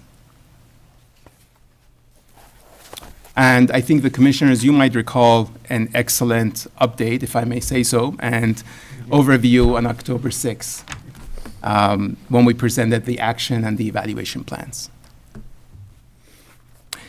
Now, we are well established in 2 schools, Bend and Lapine High Schools, reaching more than 1,700 students so far. We have also learned a great deal, some of which, frankly, we couldn't have anticipated without first trying it out. One of all the lessons learned, though, the one that we're bringing to your kind attention and would appreciate your consideration and support is the staffing model, which has created challenging to our rollout and objectives. So our ask today is to convert the originally requested 6 employees at 0.8 to 5 1.0 employees. Now, these positions were originally budgeted part-time to work on the school schedule. And through this pilot phase or period, we determined that full-time is better for several reasons, including benefits. They need time to close out the year, capture the learnings, evaluate, get ready for the next year. So that time period during summer is when they're doing redesign and preparing with curriculum development, training for the following year. And training as well, and time off. Yeah, this is the best time for them to also take their personal time. So the request is to make them full-time. Now, if our request is granted, we can accelerate our reach to 20 new schools and more than 12,000 more students in fiscal year 23 alone. We're ready. We've built the foundation. We just need to make slight changes to the staffing model and then take it forward. Now I have Jessica, Laura, and Sean in the back who can provide more details if there are any questions on this particular request. And Cheryl, do you want to cover the funding portion of it? Sure. Yeah. On the funding portion, the request is for $166,360 in county general funds. That's above the fiscal year 23 proposed budget. So we've already factored in an increase for the cost of living as well as the 2% additional personnel. So this $166,000 is in addition to what you see in front of you. What that does over time is increase the ask by about $78,000. It's offset a little bit in the third year, but $78,000 one-time additional funds from the original 3-year proposed pilot funding. Also, I'd like to add for the new budget committee members that last year this was presented as really a 3-year plan. So year one is to start. Okay, great. Looks like Jim already did his homework on that, but just as background. Great, thank you. I appreciate the ask. I am going to log off here in a moment. I appreciate the ask and understand the impacts would add to 2 high schools, 5 middle schools, and 13 elementary schools. I appreciate all of the Deschutes County staff that's coalesced around getting us all of this information. I have read it. I read it yesterday, and I appreciate being able to work with you guys in a couple weeks. We'll see you the 3rd week in May. Have a great day. Thank you. Okay, thank you all very much. Bye-bye. So do you want me to ask questions now? Or Yes, please, go ahead. Yeah, if it's okay. So it looks like about a 1.5 to 1 district or county versus district funding, and then it goes to 1 to 1 next year, right? If for some reason this wasn't funded, not to put the district on the spot, but what would you do with your funding? Would you like us to come forward? Yeah, to the microphone, please. Maybe that. And I'm not holding you to your answer, I'm just curious. What's possible?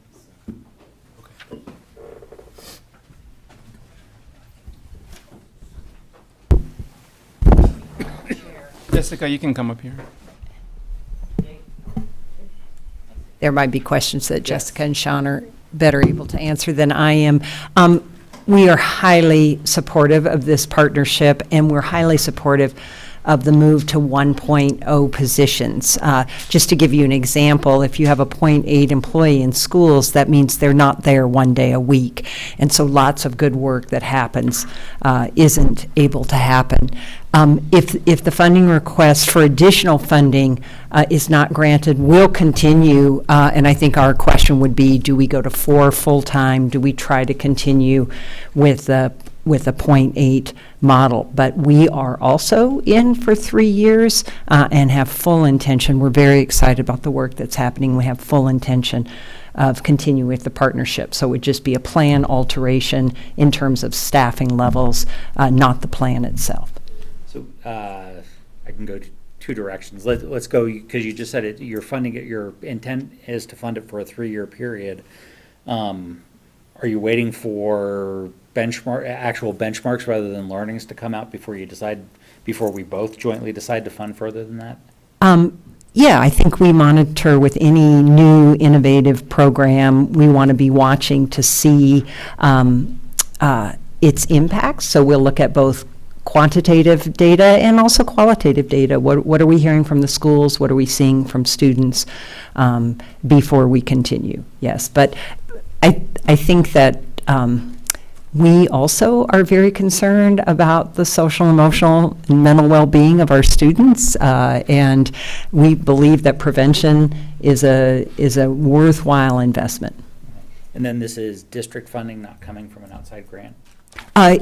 It's not an outside grant. So our district funding comes from the student investment account. So that's an ongoing, permanent funding source based on a corporate activity tax. So one of the priorities from the community was addressing mental health needs, wellness needs for our students, and this is one of our initiatives under the student investment account. But the point is you're opening up your own wallet, not somebody else's. That's correct. It is our own wallet. Okay. And then on benchmarks, I mean, good news, bad news. You're starting off with the 18-19 numbers in terms of your baseline, so they're only going to get worse before you start looking. And you're also probably looking, as we were talking before, about a couple of years lagging. So you can get a lot of learnings on this, but when you actually look at benchmarks or comparisons in terms of the benchmarks, you're really going to be getting it at best in year 3 of this program, right? Correct. So what are the things that you can do to make sure that I'm supportive of this in general because I think this prevents a lot of problems in the future, but what are you doing to try and get some of the incremental benchmarks or other things that prove to you that you're on the right track? Right. So one of the things that we look at is implementation benchmark. So are we in fact doing what we said we were going to do? And Nahad mentioned already the work of the prevention specialists in schools. We have lots of curriculum development around these prevention materials that we will be working on. So do those projects get done? Are they actually being taught in the classrooms? Looking at that implementation work. In addition, we do a Youth Truth survey every year, and that's a survey that I think there are something like 1 million students across the country who take that every year. And there are definitely some questions that address student wellness, emotional well-being, and things like that. So we have that monitoring on a yearly basis as well. And then other, Nahad mentioned some public health benchmarks and what we're seeing with our CBOs as well. And then just one final one, these are county employees, not district employees, right? Correct. Okay, thank you, sorry. No, I just wanted to add on to what Laura shared. So Jim, when we went through evaluating this investment last year, one of the things that I really wanted to understand was what is the evidence that these practices are effective, because this is not, this is a like fairly advanced, innovative program in the state of Oregon, but there are schools and school districts doing this prevention work across the country and other places. And so this program is intended to take advantage of all of the learning and all of the evidence from these other kind of pilot example programs across the country. So even though we won't be able to show with data that these practices are having the intended effect here at the local level for a while, we have evidence from other places that these practices are best practices and are successful. And so that's where so if we know we're doing the right things based on national learning, then if you can track implementation, are we ramping up to get the right things done? That's sort of those are the interim measures I think we can look at right now. Thanks, Phil.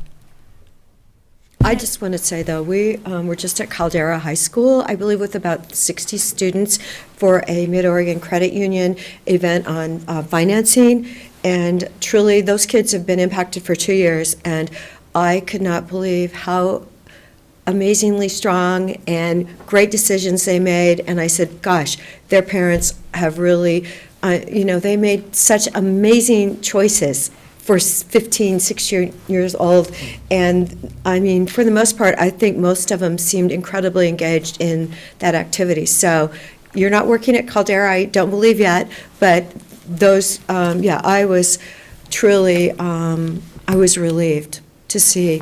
I mean, kids, they made charitable donations with their purchasing. I mean, you wouldn't believe it. Oh, no, I can't afford a boat. That's $450 a month. I mean, they had their whole life plan, and this is how much money you could spend. And they were making great decisions. Oh, why would I do that? I can clean my carpets myself. I mean, somehow they have been listening to their parents. And so many of them seem truly engaged. Yeah, there's much to be hopeful about, and I think our students have shown an amazing amount of resilience. And yet, as Nahad said, we have lots of indicators that not all our students are thriving, and so the more prevention work we can do to set everyone up for success, I think the stronger they'll all be. I'm just curious, what are your year 2 high school targets? Jessica, I'll let you speak. I'm sorry, can you Which repeat that schools? question? Which high schools are you targeting for year 2? Year 2 is Summit and Mountain View High School. Okay. We have excited administrators too, waiting for us to arrive. And then I would also add, it's those high schools, but it's what we call their clusters, so the middle schools that serve, and elementary and so forth. I want to acknowledge Amy Snyder sitting in the back. She's our supervisor who is directly leading the implementation of this initiative from the county side. Sean is also here. He's been very much involved from the school district in coordinating with Amy and collaboratively rolling out this initiative, of course, with Laura's guidance and leadership as well. The great questions. There is one particular indicator I'm hopeful about because it correlates with future outcomes, and that's, I'm going to butcher this now, is the youth positive? Positive, yep. Yeah, and that's more regular, right? But it comes in sort of in between. Okay, and that correlates with future behaviors, and if we can see a dent in that, that kind of tells us potentially the direction we're taking, right? Okay. That's an overall tracking metric. You can't break that out by schools. We can't. We Mhm. have data by school level. Right, well, that would give you some immediate return. Because Exactly. you can actually track the 2 schools that are already implemented in comparison and see how that stair steps. Absolutely. Exactly, you're on it. Yeah. You must Well- have read the plan. Yeah. I mean, this is a big investment by the county, right, and the school district. So we're, as we do with all of our programs and interventions, fidelity to the evidence that we have and the evidence-based interventions that we have is critical for us. And if 5 years from now we're not seeing returns that we are expecting, then we need to pause and sort of revisit what's going on, why we're not seeing it, and make some critical decisions. I don't think that time is now. I think we need to stick with this and go through this rough patch of learnings and, of course, our success stories.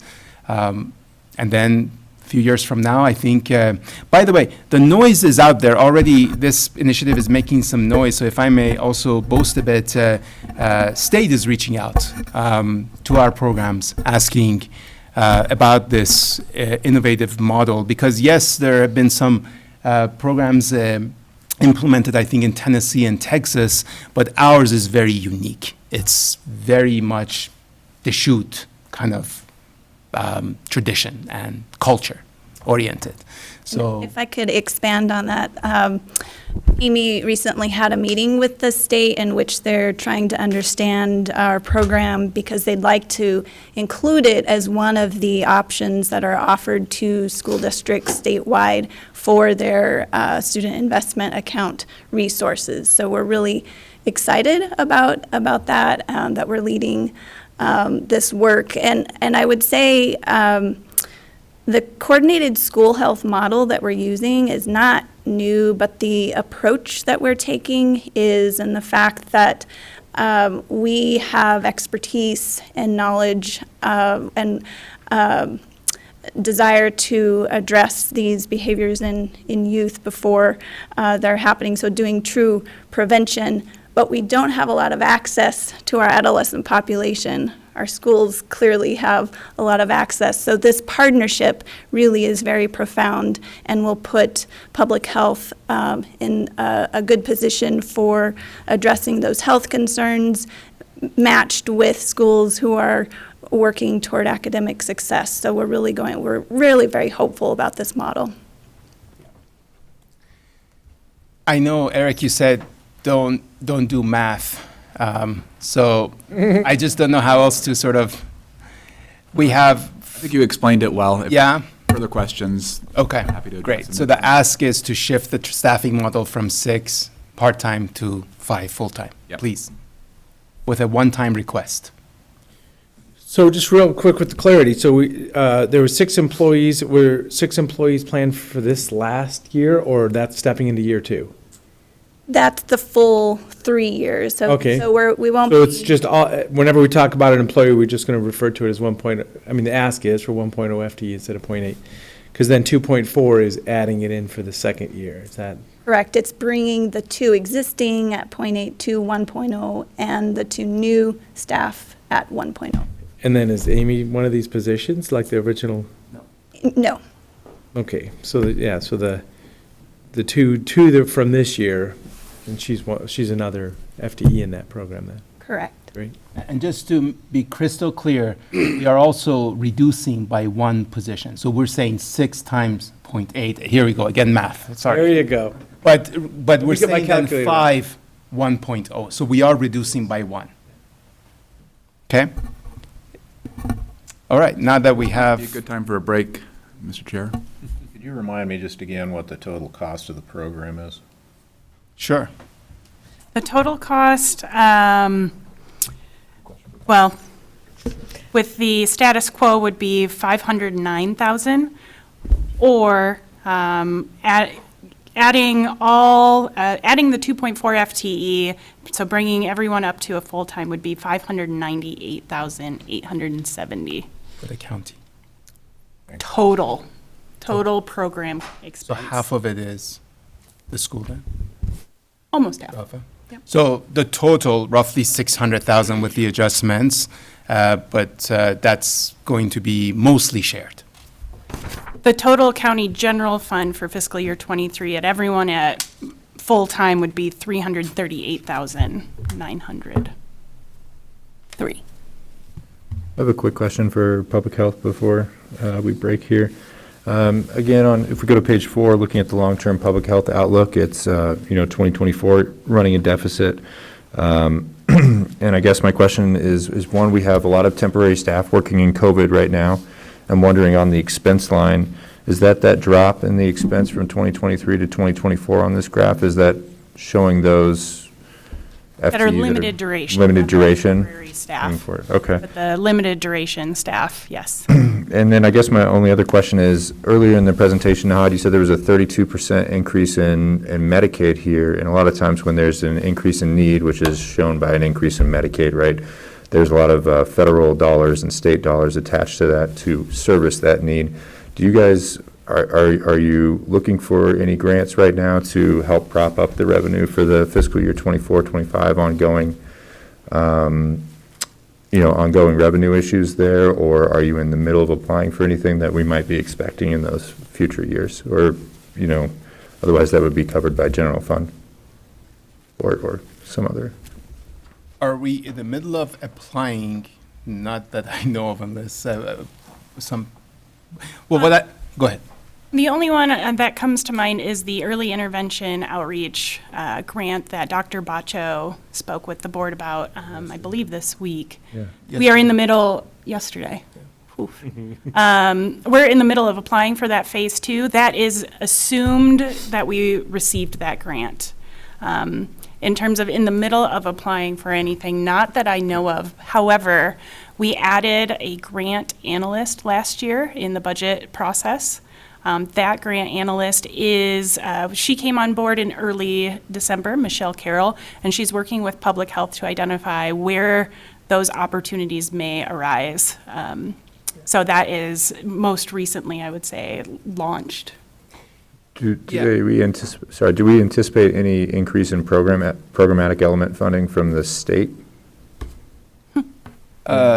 We don't have any indication that. So let's just maybe, these are really great questions. So if we're looking at public health's fiscal space, right, there are multiple ways where we can expand this fiscal space, right, either reducing cost, savings, or bringing in funding through grants and or revenues. I think part of our strategy is looking at efficiencies in our direct services, because we think there is a great deal of room there, and Pamela, I think, is still here. I don't know if she's still here, but she could speak to that too. There is a great deal of room for maximizing revenues.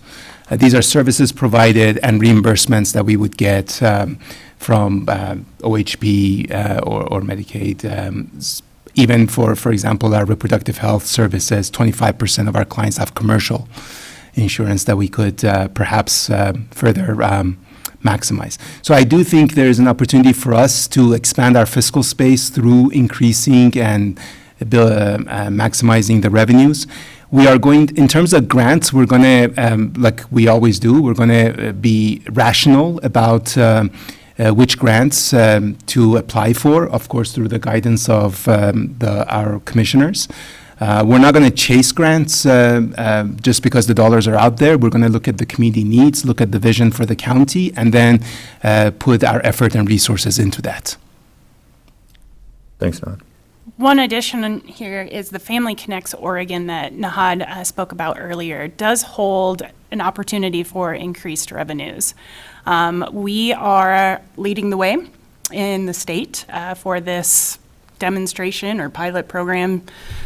The unknown is really on the number of services that we may provide under this, but it could generate about $1,000 per service. But we're just really launching that. So potentially if we reach 60% of the births in the county, that could be $1 million additional revenue. It does take staff to do it, so it's a little bit of the chicken and the egg, but we're launching into that too. Oh, thank you. I appreciate it. I know, funding's super variable, and with COVID going up and down, and it's just good to get an idea of kind of what the department's looking into for that potential deficit in the ongoing year. So very appreciated. Very sobering questions you're asking. Thank you. Yeah. It's reality. No, I appreciate that. Do you want to take, you said you want to take a break, or we have 2-3 slides left? I recommend a break, Mr. Yeah, let's Chair, take a and also 10-minute I would break. like to Okay. thank And the can I- representatives of the school district for coming. It's very helpful to have you here. Thank you so much, and don't hesitate to reach out.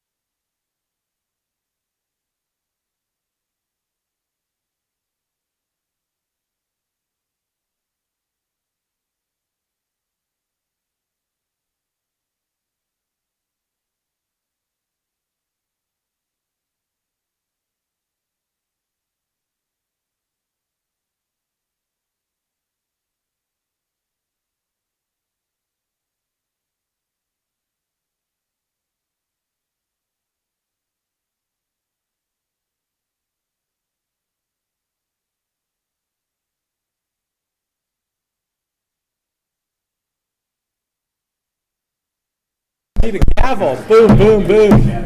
All the school people.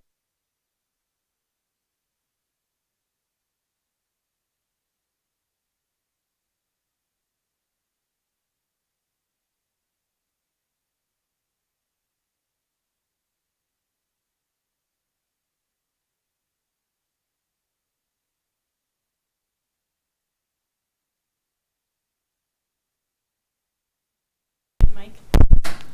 There we go. Now, Have everyone ready? Great. So we can go maybe to the second special request.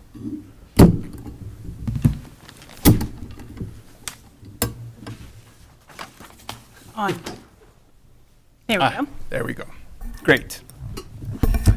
So, thanks for everyone coming back. Our second special request is pertaining to our health officer, which thankfully the committee approved last fiscal year, but to be paid for with temporary COVID-19 funds. This is really such a critical position for the county given the population explosion in Central Oregon and an aging demographics. And with that, a shift in disease pattern towards chronic diseases and injuries. A couple of weeks ago, I spent 8 hours at the ER, and it really broke my heart to see that in the section, in the wing I was in, 4 of the 6 patients there were elderly who had fallen down and hurt themselves. The health officer position is really critical to serve as a clinical or medical director for the county, kind of like a county doctor, and work closely with our excellent providers throughout the county, including St. Charles, to respond to ongoing emergencies, emergency threats, the chronic conditions that we're seeing, and injuries. So thank you again, commissioners and the committee, for approving this full-time position last year. However, the recruitment for this position has proven difficult, partly because of the temporary nature of the funding for the position. When we interviewed a few candidates last fall, you'd be surprised how aware they are and ask questions around what's the funding for this position. And they understand when we talk about COVID funds, because we're transparent with them, they know it's temporary. And that affects them because they're often moving from outside of the state to Oregon, bringing their families and establishing roots here, right? So they want to make sure there is some predictability to this, to the funding in this position. So with that, our ask for today is, do you want to do it, or you want to do the honor that you want me to? You're so good at it, you know. Drum roll, please. Okay. Yeah. So our ask, I want to make sure our numbers are You matching. do it if you think it's a good ask, otherwise hand it. Yeah, no, I was I was hoping I would do the next one. Our ask is for $168,611 from the county to demonstrate a firm commitment through predictable funding to this critical position. The remainder of the position will be funded through behavioral health reserves, 10% through OHA COVID, and 20% through state modernization investments for fiscal year 23. So to be clear, in the proposed budget, we have reduced this particular position to 0.5. So the county general fund is equivalent to 0.5 of this particular position. It would bring it back up to a full-time health officer position. If it is not funded, it will stay at 0.5. So are you referring to the 20%, 10%, and 20% is already how the first half is funded? Precisely. And this would get, because, yeah, we've talked about that before. Okay. And I think you're aware the challenges we faced, challenges we're facing with full-time, let alone with part-time. I think you may recall we were trying to hire a part-time, and that was just nobody even applied. So that's why we came to the committee and asked for it to be turned full-time with temporary funds And that's also proving challenge for us in recruitment because, for many reasons, but also the temporary funds don't help. Have we had anyone apply? Well, I can speak to what transpired until Dr. Conway was appointed. We had a few applications, and we interviewed, and we were not successful in attracting them. Did you make job offers then, and they didn't accept it? One in particular, we were prepared to do, and they declined. Do you have a sense, I mean, you hear almost every day right now about the shortage of nurses nationally. I mean, is there a similar, are MDs or could you be like a nurse practitioner and have this role? There are models of health officers who are nurse practitioners. I guess my question is are MDs and nurse practitioners as scarce as other kinds of healthcare workers right now? And is that the recruitment environment that we are operating within? That is certainly contributing to the challenges we're facing. I can say that if we do a genuine national search, maybe even with support of a placement agency, given the generous package for this position that the county has put in place, I think we can attract. Now, the profile might, given the dynamics, labor dynamics might change. We might be finding folks who are maybe, what's the word I want to use that's PC?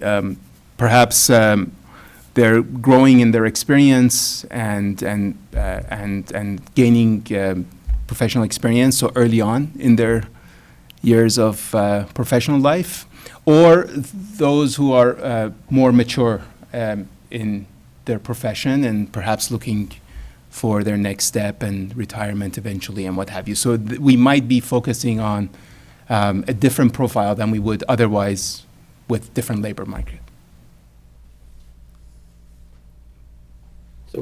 So at this point, you're looking to fund it full-time, but it looks like then you then have the question for next year as well, because you're still missing a significant amount of funding for next year, or at least you don't know where you're getting it from. Is that gonna help or hurt recruitment? Cheryl, in terms of the funding this proposal is for fiscal year 23. Correct. But we anticipate there's a gap in 24, at least the way you list it. There's a gap in 20. You've got a 0.4 FTE TBD for 24. So is that,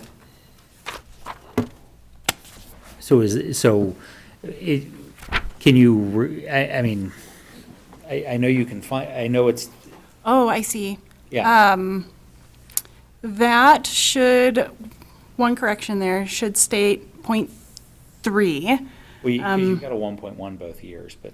Exactly. So 0.3 should be TBD, and that is because actually behavioral health reserves and the OHA COVID funds, as well as the public health modernization work funds, those are not ongoing fundings. The TBD should be 0.3, as I mentioned. The public health modernization workforce funds are actually ARPA funds, American Rescue Plan Act funds through the state. They end at the end of fiscal year 23. Part of what we're talking about in terms of the long-term sustainability for this position is, can it bill? Yeah. And if that is the case, Yeah. then we've got the sustainability much more so for this particular model of the 0.5. There's 0.2 for behavioral health reserves that, depending on the surprise, will kind of speak to the long-term sustainability on that front, but again, we hope that there'd be enough revenue generated by the position. Sorry. Just very quickly on the billing, the answer is yes, we can bill. We just don't know how much it's going to look like, what percentage of their salary. That was my next question. But certainly we can bill, and that's happening in Lane County and another county as well, where the health officer, we would anticipate at least 20% of this person's time to be in the clinic, overseeing some cases or patients, and being able to bill at an MD level, which is quite different than a nurse, for example, or nurse practitioner in some cases. So certainly, we know we can bill. We just have to put the model in and figure out what the right balance is. Another thing to consider actually is based on the foundation we're building around healthy school. Could there be a cost-sharing model with the school district to have to support this position? It truly makes sense to have a county doctor actually work for big institutions like school district and the county and what have you. And so that's another model that we would want to explore as well. Go ahead, Janice, you wanted to say something? Oh, Cheryl and I are just doing a little strategizing, but we think this position, because behavioral health pays for 0.2%, or 0.2 of the FTE, could be eligible for the Workforce Stability Fund recruitment bonuses. So there may be some hope for recruitment in a tough recruitment environment. So we'll see. I think we have to figure out the rules, but technically it should be eligible. That's for the recruitment piece. Or just for the recruitment. That doesn't fund it ongoing, but it's more to address Commissioner Chang's question about finding someone. What about replacing Dr. Berry? I realize this is a separate issue, but have we had, I mean, Dr. Berry is just such an asset. I'm very proud of him for moving on, but have we heard from anybody for that position? No. And eventually, I think it's a committee and county decision in terms of full, predictable funding, right? Right now, we're pulling from here, there, counting on some revenues. At the end, the county decides, hey, this is an investment, given the population growth, given the aging demographics, given what's happening in our, emergency rooms and departments, this makes sense because we're going to have higher returns. And maybe the county moves towards fully supporting the position. This position is more important than mine, frankly, if I had to say. If you had to choose between this position and mine, I would choose this. But I hope you don't have to choose between my position. Well, you're hiring for this. There you go, yeah. All right. We looked at what we're offering, the psychiatric position. I'm just curious. For Dr. Berry's position, have we looked at that salary? Yeah, we offer what the county classification system allows us to offer, and thankfully, the workforce stability funds may allow us an opportunity to incentivize at least the recruitment, if not the wages. So, and frankly, the 5.5% increase overall this year is going to make a difference in salaries, and we take the hit, but we also take the gain in recruitment, so we hope that has an effect too. Okay. So. Okay, any other questions, concerns, anything? All poker faces, okay. Okay, let's move on perhaps to the next one, which, as I mentioned earlier, is in Nick's proposed budget, mainly because it doesn't have any budget implications. This, as I mentioned or alluded to earlier, Oregon doubled its investments, or maybe I didn't mention this. Oregon doubled its investments in public health modernization. This modernization framework came into play in 2017, 2018 as a way to create a level playing field throughout the state and increase the commitment of the state in investing in public health. It's modest or nominal investment. It started with a couple of million, maybe 5 million. It went up to 15. This year it's gone to 30 million, not to us. This is throughout the state. And with the additional funds, we were able to actually build more foundational pieces throughout the department. And we started, with the board's permission and approval, of course, we started the recruitment. Now, again, the labor market is creating some challenges for us, but again, what is certainly discouraging applications is the label of LTD, limited term duration, that's on the recruitment.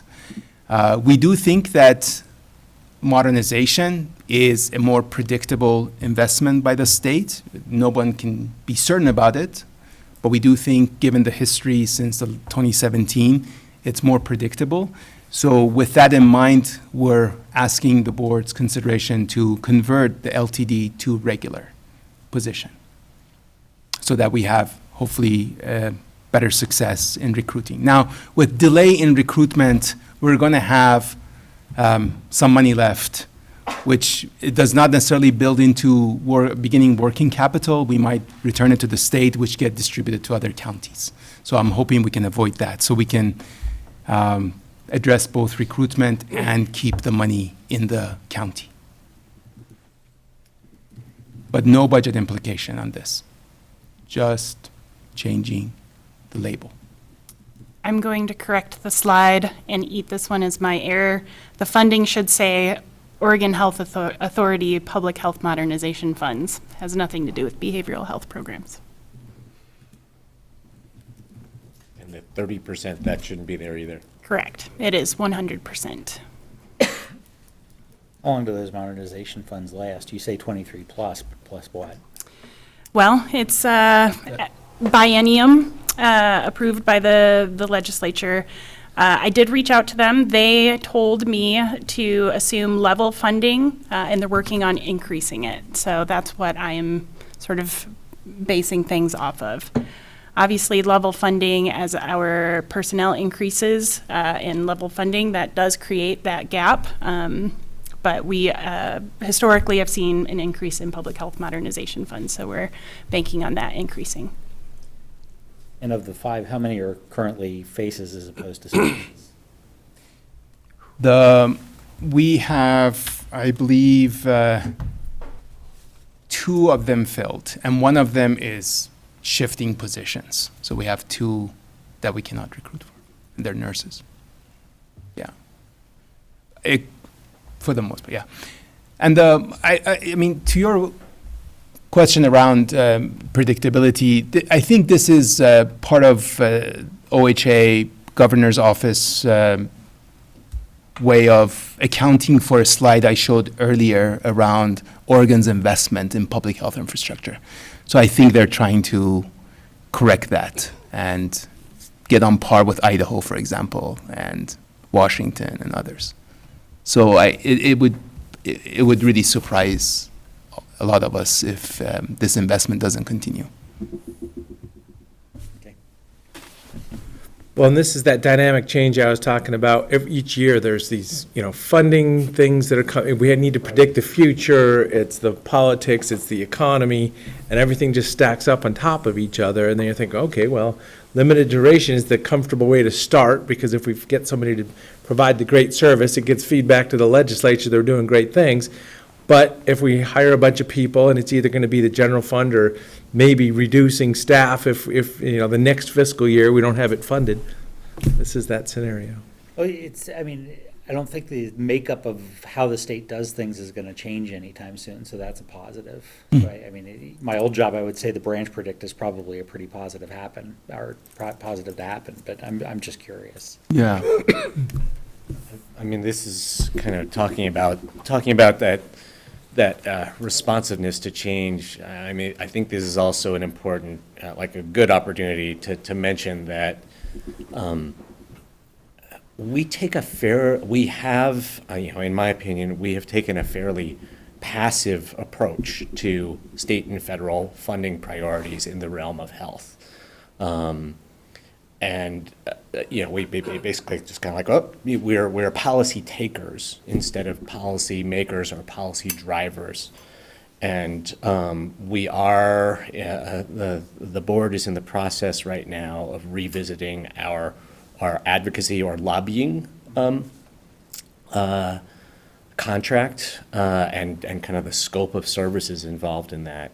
And I really believe that when we think about health services and how dependent the services that we provide are on state and federal policy making, it would be beneficial for us to take a more active role in advocating for the kinds of priorities that are important to us,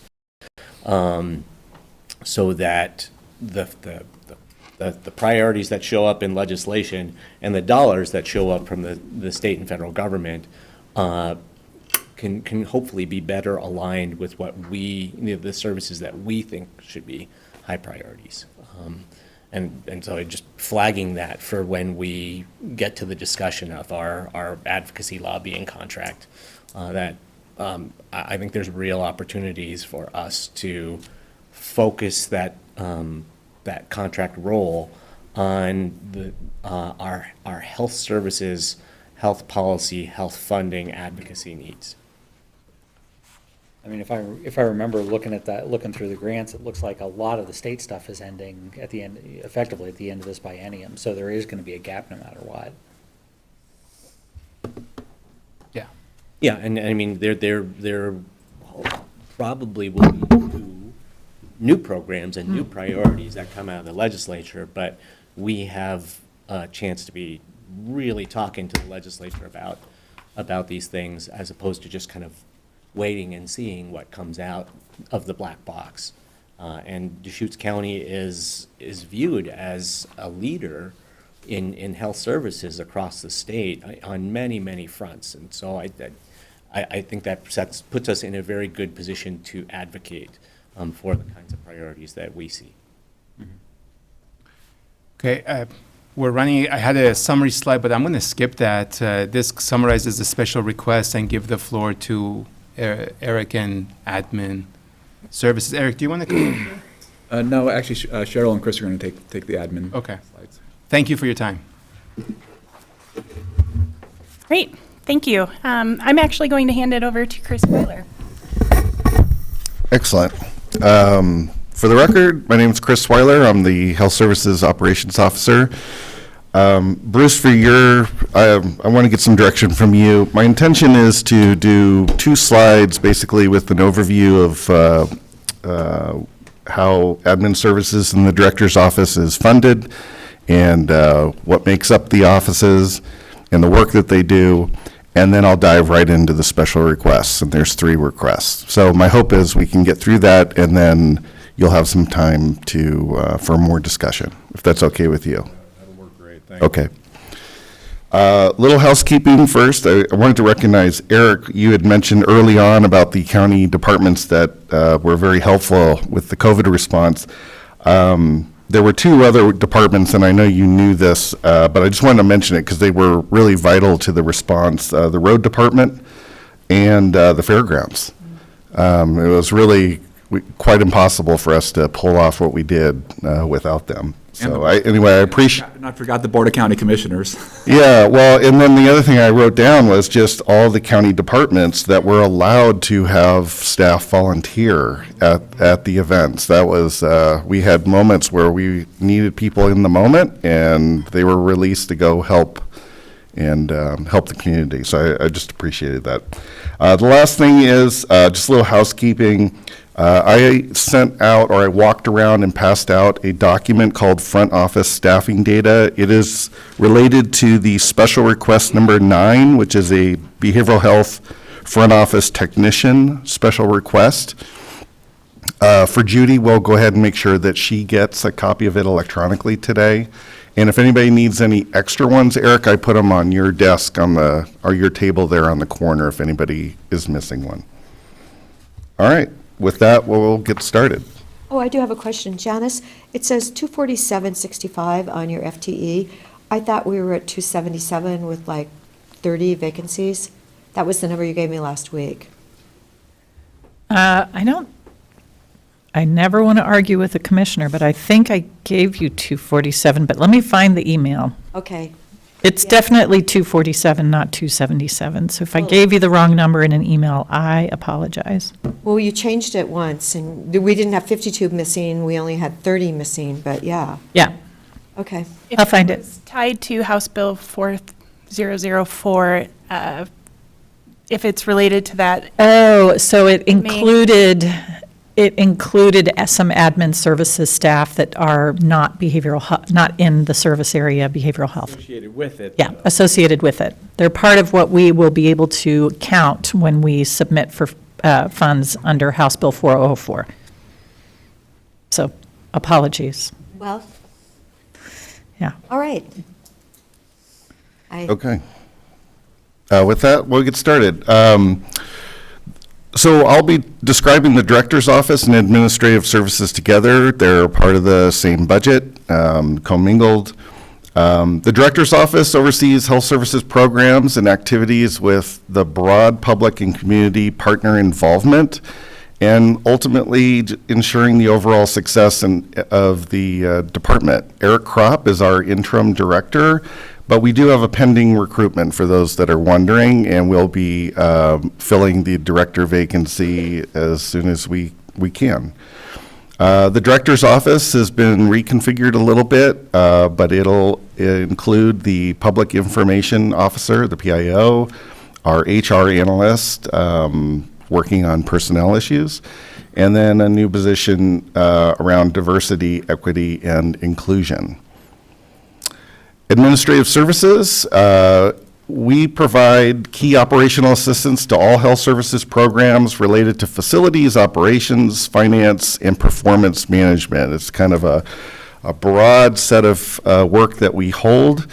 Admin services is co-led by Cheryl Smallman, who's the business officer, and myself as the operations officer.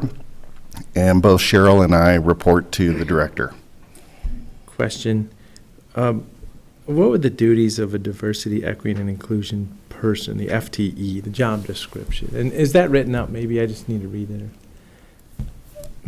Yeah, I can't speak to how they're going to end up using the position, but the intention of any kind of DEI position is really to advocate for diversity in the department, whether that's differences in having different races, genders, religious backgrounds. Certainly somebody that's looking at equity in the way the fairness in which we roll out programs into the community. And then inclusion, making sure that, our workforce and the people that our clients that are coming into our buildings feel welcome.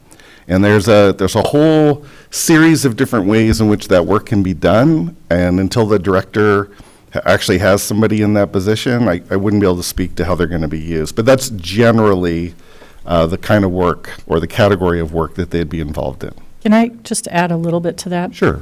Right now, the Oregon Health Authority, both in the public health lane, the physical health lane, and the behavioral health lane, is focusing very specifically on many things, but very specifically on ending inequity in the delivery of health care.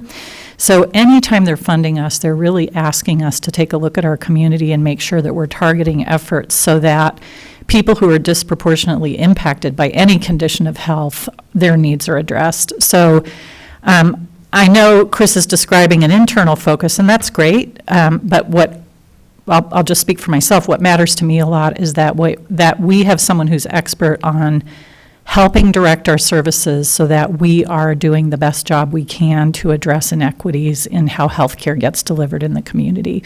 So I would see that person as really being our consultant to make sure that we're doing a good job for everyone, including people who don't come to us because they don't trust us. And that's what the equity work is really focused on. I would add, it's kind of looking at underserved populations. The commissioners have seen the vaccination rates by race and looking and saying, okay, how can we improve that? And what the department did was have employees go out to the communities to engage different groups, gain trust, increase the vaccination rate. So it's kind of doing that, but for other services in health. Well, as I say, I kind of want to learn more because it seems to be the theme, but I just can't seem to get grounded in it. You know, I mean, I just think like an engineer or like a software developer. A person is a person, and a person has, you know, rights and responsibilities, and they're a member of our community. We want to provide the same, you know, services in a common, cost-effective fashion. So I just always struggle with, okay, except for that other person that I don't know or I don't see or I don't understand, I'm available for that. Yeah, so when we've talked about this a little bit in the past. Well, and I would have gone down a similar path. 'Cause you partially answered my first question, which was, why would this not be a function of HR? And your answer is because it's at least in part outbound as much as it is inbound. Did I get that right? I hope it's mostly outbound from my perspective. So then why wouldn't it be a function of the PIO? Well, because PIOs don't have expertise in health equity. They have expertise in communication, and this is a really different kind. So I would hope for someone that has knowledge of healthcare, knowledge of health equity, understands how those communities are impacted when they're struggling with health, mental health, addiction kinds of issues, and PIOs don't. I mean, no offense to PIOs, they're wonderful and skilled, but that is not their skill set. There is actually some expertise to be relied on for this kind of a role. I want to add that this is a current limited duration position through fiscal year '24. So it's not a new position, it's already... It started as a public health COVID position that had a much broader implication to it than just COVID work. So we have requested to move that into the director's office for that broad implementation. So just terminology-wise, it's been mentioned a couple times, the communities. There's one community too. You know, I mean, obviously, if you're in our community, we're offering services. So that's why I struggle with this. You know, if we start putting groups of people together and saying, okay, well, you're going to get these services, and we're going to hire somebody so we can do something along your, you know, cultural or whatever the needs are. I struggle with that. I think we have this discussion every year a little bit. And if there's more information here that we can bridge that gap, that's great. You know, we're going to hire somebody, and maybe that person can explain it to me. I'm like, oh, that's what we're doing. So I have an idea. I'll talk offline. That's fine. Yep. Okay.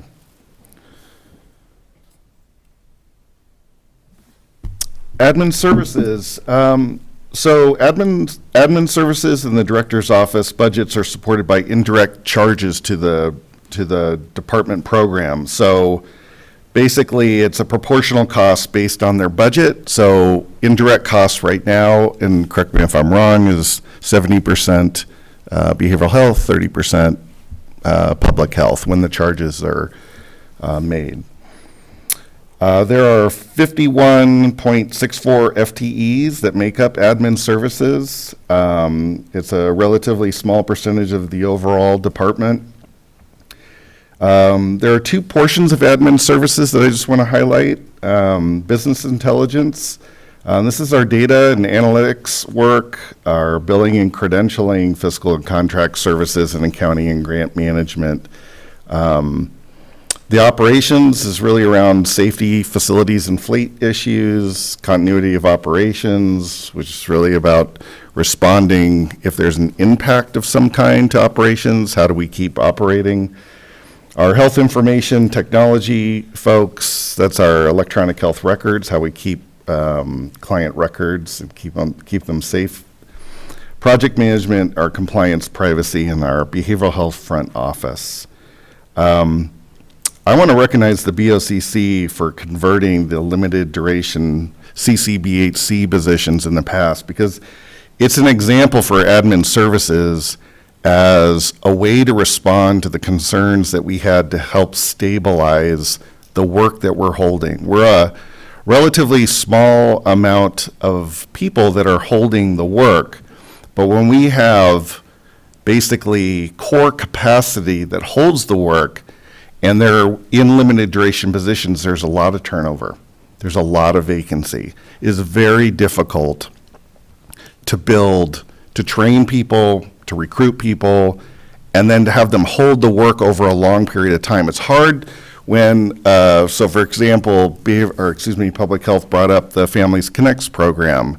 You know, when we have to build a program and we're doing it with people that are in positions that are limited durations, and we're trying to do some long-term planning on how do we hold this work, or how do we strategize to make these new programs work, you help solve those problems. So I just want you to know, generally speaking across the board, any request for a limited duration position that can be converted to regular, in particular in admin services, really goes to the foundation of our ability to be able to respond to what behavioral health and public health may need.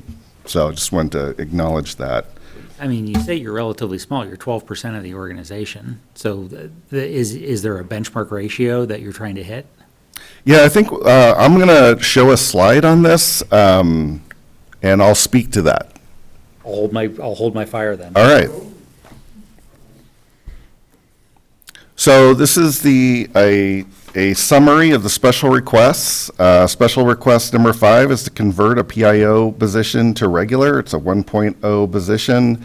The total fully funded costs are represented there, $122,442. There's no general funds being requested, and the position currently is slated to end on June 30th, 2023. The fiscal support position is proposed in the budget. Thank you, Nick. And no county general funds are being requested. It's fully funded at $85,482. And this position, at least for the moment, is slated to end on June 30th, 2023. And then the last special request is number 9, in adding a behavioral health front office technician. It is not in the proposed budget. There is no county general funds requested at this time. Chris, quick question. How many FTEs are in admin services, and of those, how many are behavioral health front office technicians? Yeah, so we, what did I say? We had 51.64. We have 10 positions that are behavioral health front office, which means the remaining amount, 41 other positions are that make up the core of the rest of admin services. The reason behavioral health front office is under operations in admin services, it is funded by behavioral health. It directly works with behavioral health clients, but there is a necessary need to make sure that the work at the front office actually complies with the OER obligations, our privacy obligations to keep client data confidential, and making sure that our electronic health record system, when it's designed, and the way in which we teach people are all working together. And so we have always had, or at least since I've been here, we've had the behavioral health front office as a part of admin services to make sure that the work that they're doing is aligning as best that we can to make sure that we're able to serve the public, but also meet all our OER obligations and service obligations. I will tell you that this has been a strategy that has served us well. Dan Emerson would know this, but we have something called service invalidations. And if the front office staff are not entering data correctly or doing the work that they're intended to do, it can lead to a service that's rendered, and then we're not actually allowed to collect the money because something got missed. So it's imperative that this group remains, in my opinion, as a part of this group, because there's continuous training to make sure that this group is doing what we need them to do, and it does affect revenues if they're making errors. And I think Eric brings up that point because some of what is in administrative services in other organizations would be considered direct services. So when you look at the FTE and you do other jurisdictional comparisons, it varies widely based on where they place FTE in those groupings. Health information technology would be another example of potentially being a direct service. Yeah. Of that 12%, 20% are actually interacting every day with clients and entering information in the medical record, which I consider a direct service compared to processing billing on the back end, if that's helpful. And health services, as someone who used to work in health services admin, health services, as Chris was just saying, they deal with so many different insurance companies. It's really important to have a really strong fiscal and data analytics staff, because at the end of the year, there's usually reconciliation with these insurance companies. When I was there, it was $300,000 to $500,000 a year. And so, that if we just don't have the staffing and don't have the time to do the analysis, the admin department would lose out on that revenue. So Jim, to your original question about the percentage of admin staff, I think if you look at this graph over the course of since 2018, we're showing the green portion is the admin FTE in relation to the overall FTE count for the department. What I'd like to point out is pretty consistent numbers of people that are supporting admin services. And the reason for this is whether we scale up or scale down, there's still a core body of work that needs to be accomplished. So having the stability of having this core group of people that are available, regardless if the department continues to grow or not, I don't see it being some kind of ratio, and I don't have a ratio for you, but I guess what I would say is we've been trying to maintain as steadily as we can with the understanding, and frankly, we're relying on this group to understand there are going to be moments where we need to add a person here and there. We need to change an FTE from one purpose to another so that we can meet the new need of whatever it is that the service areas are needing. Knowing that we're able to come back to the board or get the support from the committee, I think we're just going to keep doing what we're doing and stabilizing this core group. Where it gets dangerous is when we get too small, that the minimum capacity is not even being met. And that's when we run into a whole lot of jostling and things getting dropped, and I'll speak a little bit more later about one of the special requests, but having the right amount of FTE in certain positions, or having the ability to convert positions to address some of these new needs that come forward, really are key to us. And I guess we're relying on your review of our requests, but understanding that we're trying to nuance this, not so much grow as the department grows. Because I think part of our job and our commitment is really to try to work with what we have to the extent that we can, because it does cost public health and behavioral health money when we add people to our department. So there has to be a good reason for us to be able to want to do that. Just might want to wrap it up.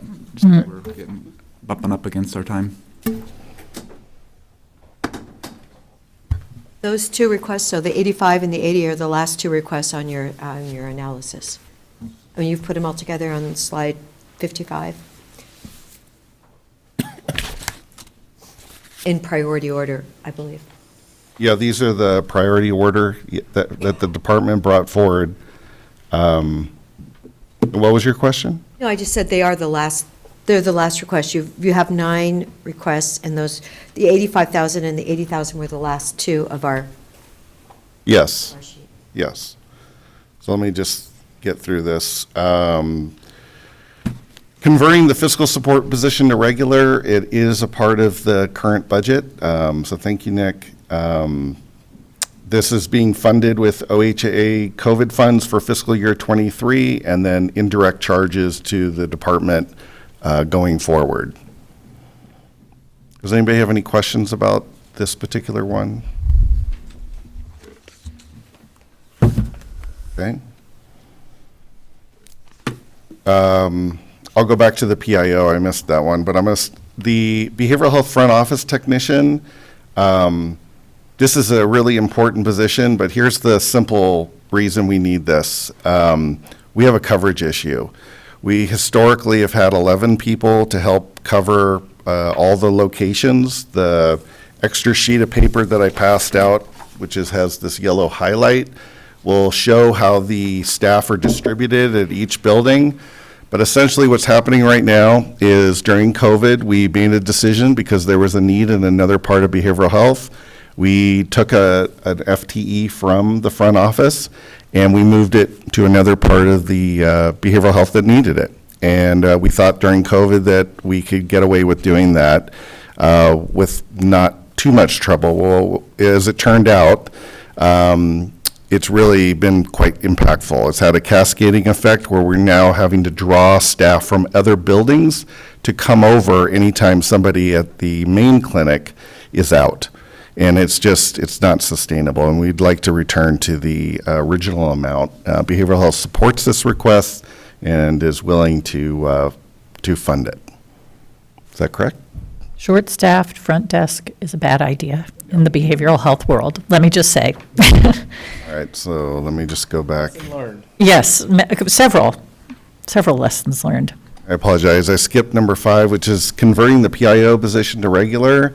Having the PIO, really, I think we've really benefited by any kind of PIO work to help the public understand maybe some of the complex information that we need to have simplified and messaged in a way that's consumable.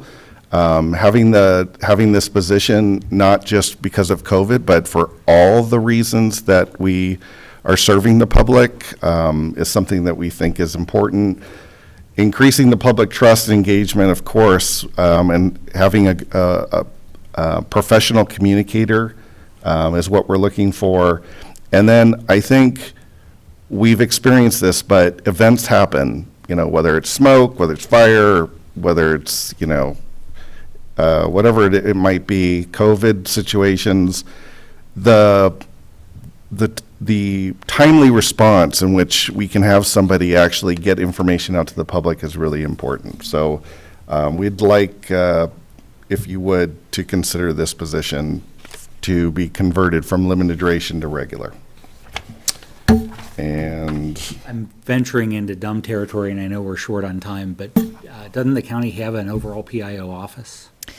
The county has an overall PIO office, and we generate a lot of PIO work that probably exceeds what one person at the county level can provide just to health services. I mean, we have periods of time where we have daily media contact because of events, because of stories that are circulating, because of issues in the community.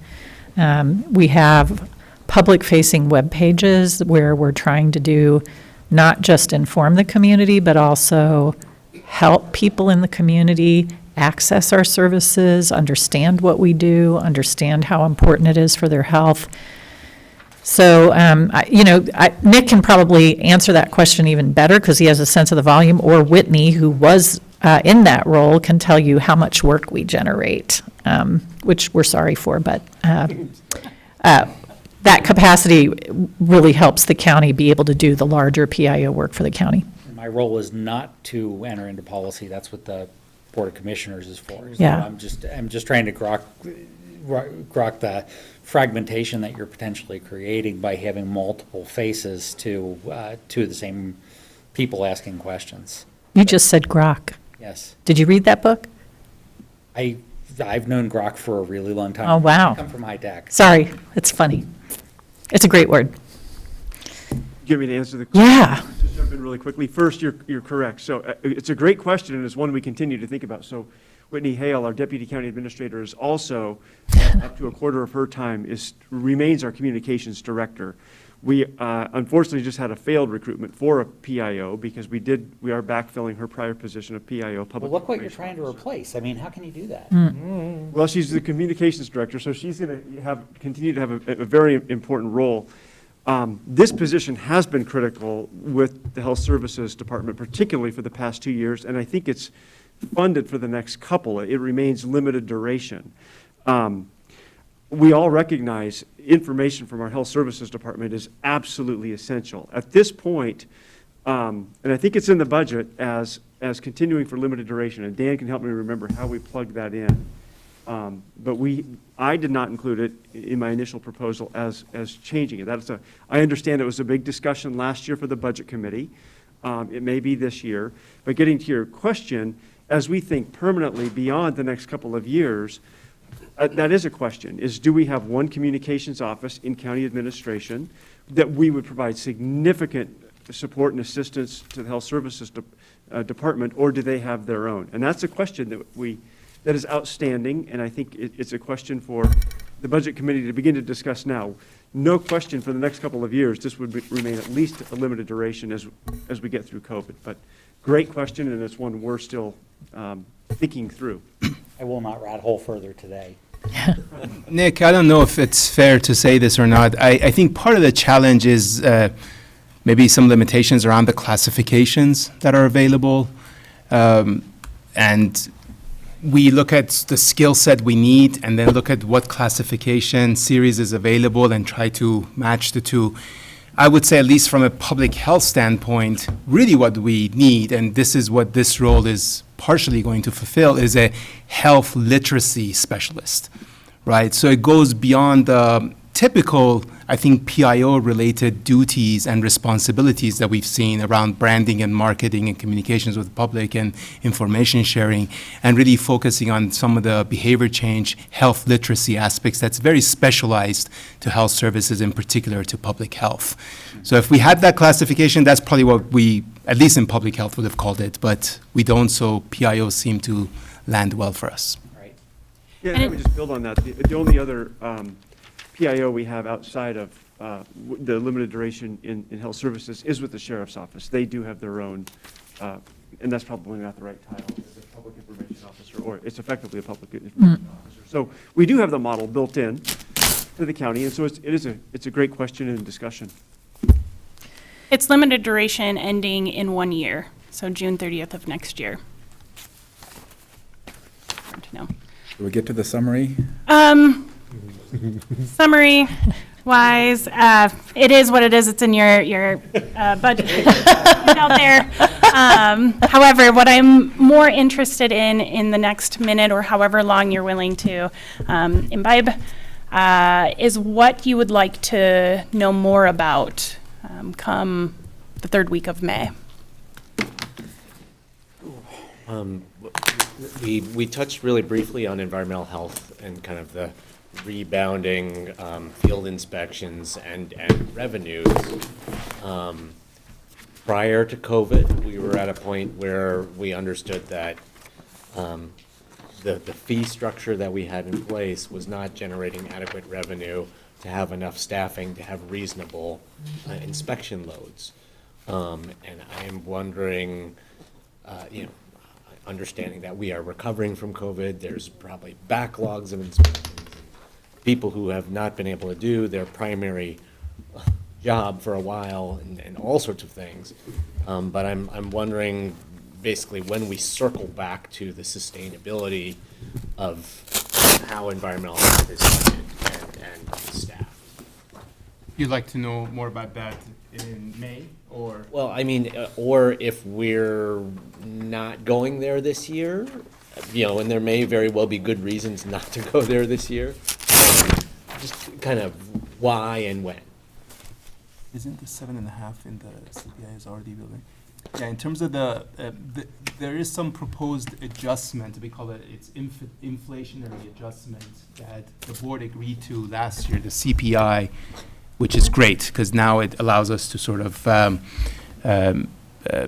grow or adjust our fee structure based on what the inflation that we're seeing in the community. So that's built in. I think it's 7.5% based on the current, but that's not really fee restructuring or increase. That's just inflationary adjustment, addressing the cost that comes, that the county is absorbing as well due to inflation. To your point, there we need to consider, the county should consider perhaps future fees. There's some inequities in terms of larger entities basically paying similar amount as smaller entities, so there are some inequities there that should be looked at and considered.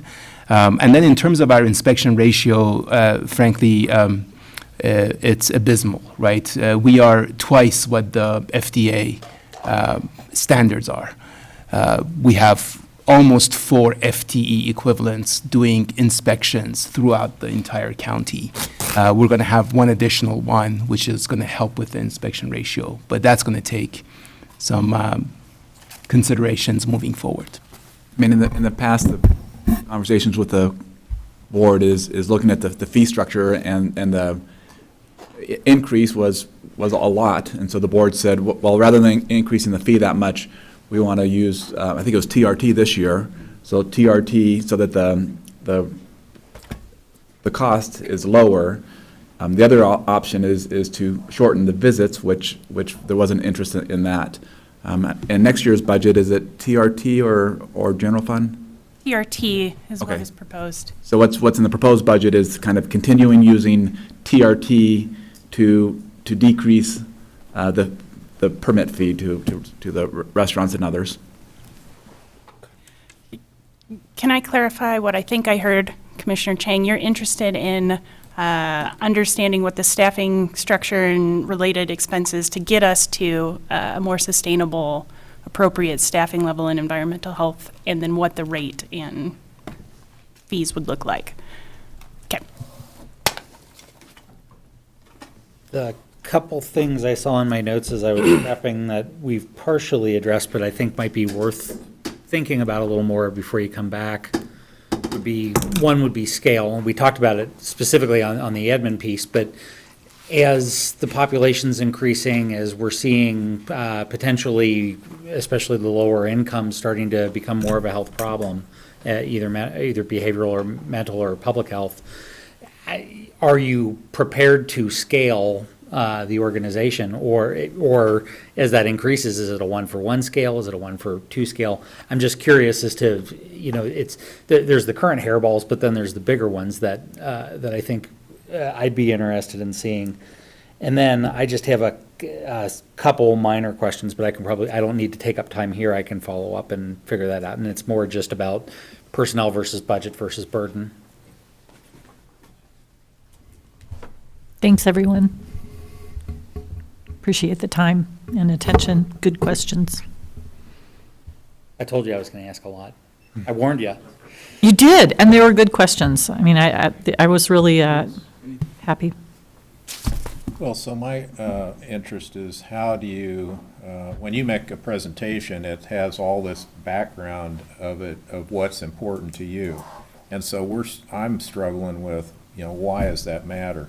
So if you can throw something in your next presentation about cultural issues or demographic or impacts that you're trying to respond to, like people that are camped on the street, what impact does that have to our whole program here at the county of trying to administer services?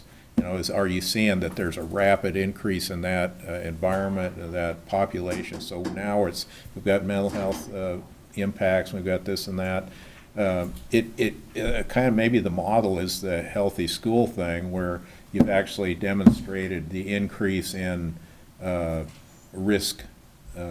You've done some risk analysis, and we can see actually some numbers, and so that helps clarify why that's important to that particular program. But you mentioned a couple of indigent things that were impacted by indigent.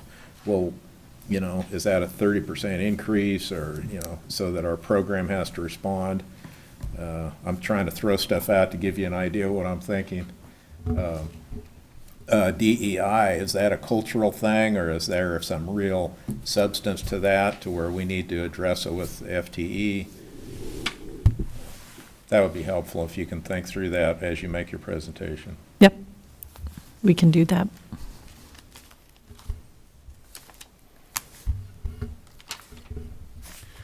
So real quick, one theme I'm seeing, the health officer is different than the psych doctor. That's The medical director. Yeah, medical director. But, so I'm thinking on behavioral health side, when you have that psychology type doctor, that's that subset of people. When we have it on the behavioral health side, it's the whole population. So. On the public health side. Yeah. Yeah. Whole public health, whole side. So, but also, just like we were talking about DEI and the health literacy effort, and the epidemiologist, those are all the populations. So there's like a whole team there all of a sudden, and it gets real expensive. But, yeah, maybe there's a, annual, and now I'm going right to kind of land use planning, annual work plan. Why are we doing this? What do we think we're going to be able to do? We have a population of 200,000. We're going to, look for these things because we do a lot of great efforts down that path already. So my point is I see some really exciting way to maybe bring all that together, the high level public health side of the house and these big investments. When I think of the health officer, we're looking at $337,000, so that's a big dollar item there, and an epidemiologist, and the literacy efforts, and the DEI and PIO stuff. But it all kind of works together. Absolutely complements each other. We can talk.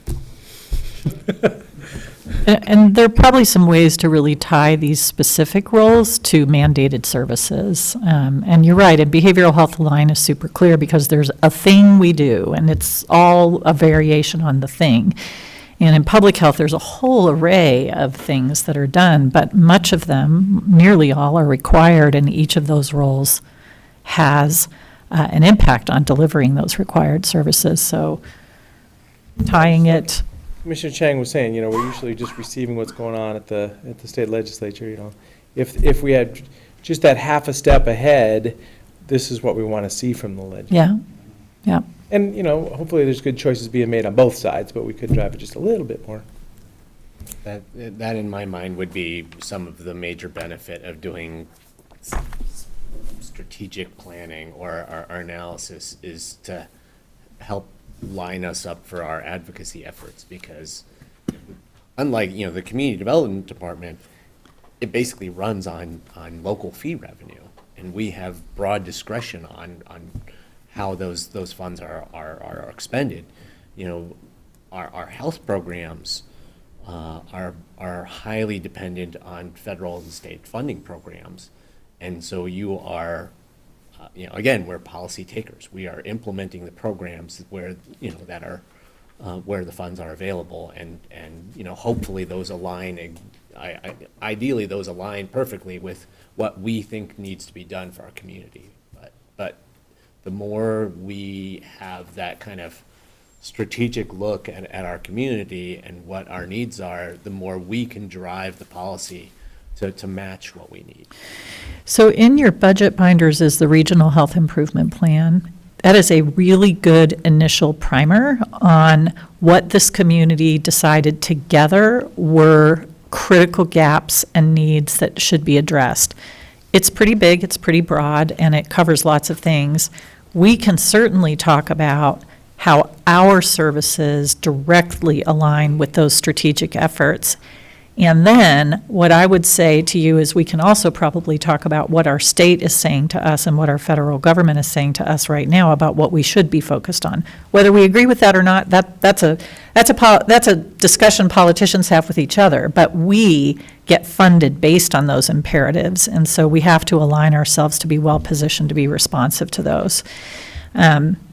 And then the third thought I had is actually a thank you, because your advocacy has mattered. We have CCBHC because of advocacy that happened at the local level. We have increases in aid and assist dollars because of advocacy that happened at the local level. We have behavioral health workforce dollars, and I can go down the list, and there are probably examples in public health, and it's because we help tell you what's important, and you said to legislators, we think this is important, and it mattered. So I really appreciate that lens a lot, and we want to give you whatever you need to make the case for the people we care about. Janice, this document is from 20 to 2023. Yeah. And COVID, apparently, according to Johns Hopkins University, has taken 2 years off the life of Americans. And yes. And that needs to be addressed big time. We've got to get people back out there walking, not spending in their basement, truly. So by looking at that document, and I had read it a couple years ago, and I'm thinking no, we're dealing with a whole situation. America has fallen behind a lot of other countries because of what we did with COVID, and we really, I would expect that our health department would really try and step it up. Yeah, we might have been a little behind even before what we did with COVID. Well, yeah. Because of what we choose to invest in, but that's a whole other conversation. But yes, Commissioner, it is a time limit, it's a time-stamped document, and it got finished before COVID. Yeah. And so, yeah, there's a reckoning coming and another assessment on the way, and it'll be interesting to see what it reveals. I mean, they don't even talk about hardly obesity, and look what's happened to our country. If you look at pictures of people from the 1970s, and you look at pictures today, and it's truly not healthy, what our country has, the direction we've gone, so. It's computers, man. Well, it's, yeah, I'm sit at kidding. your computer, right? Yeah. Thank you all. Thank you for your good work. We'll adjourn this meeting. Thank you. Thank you, Bruce. Thank you.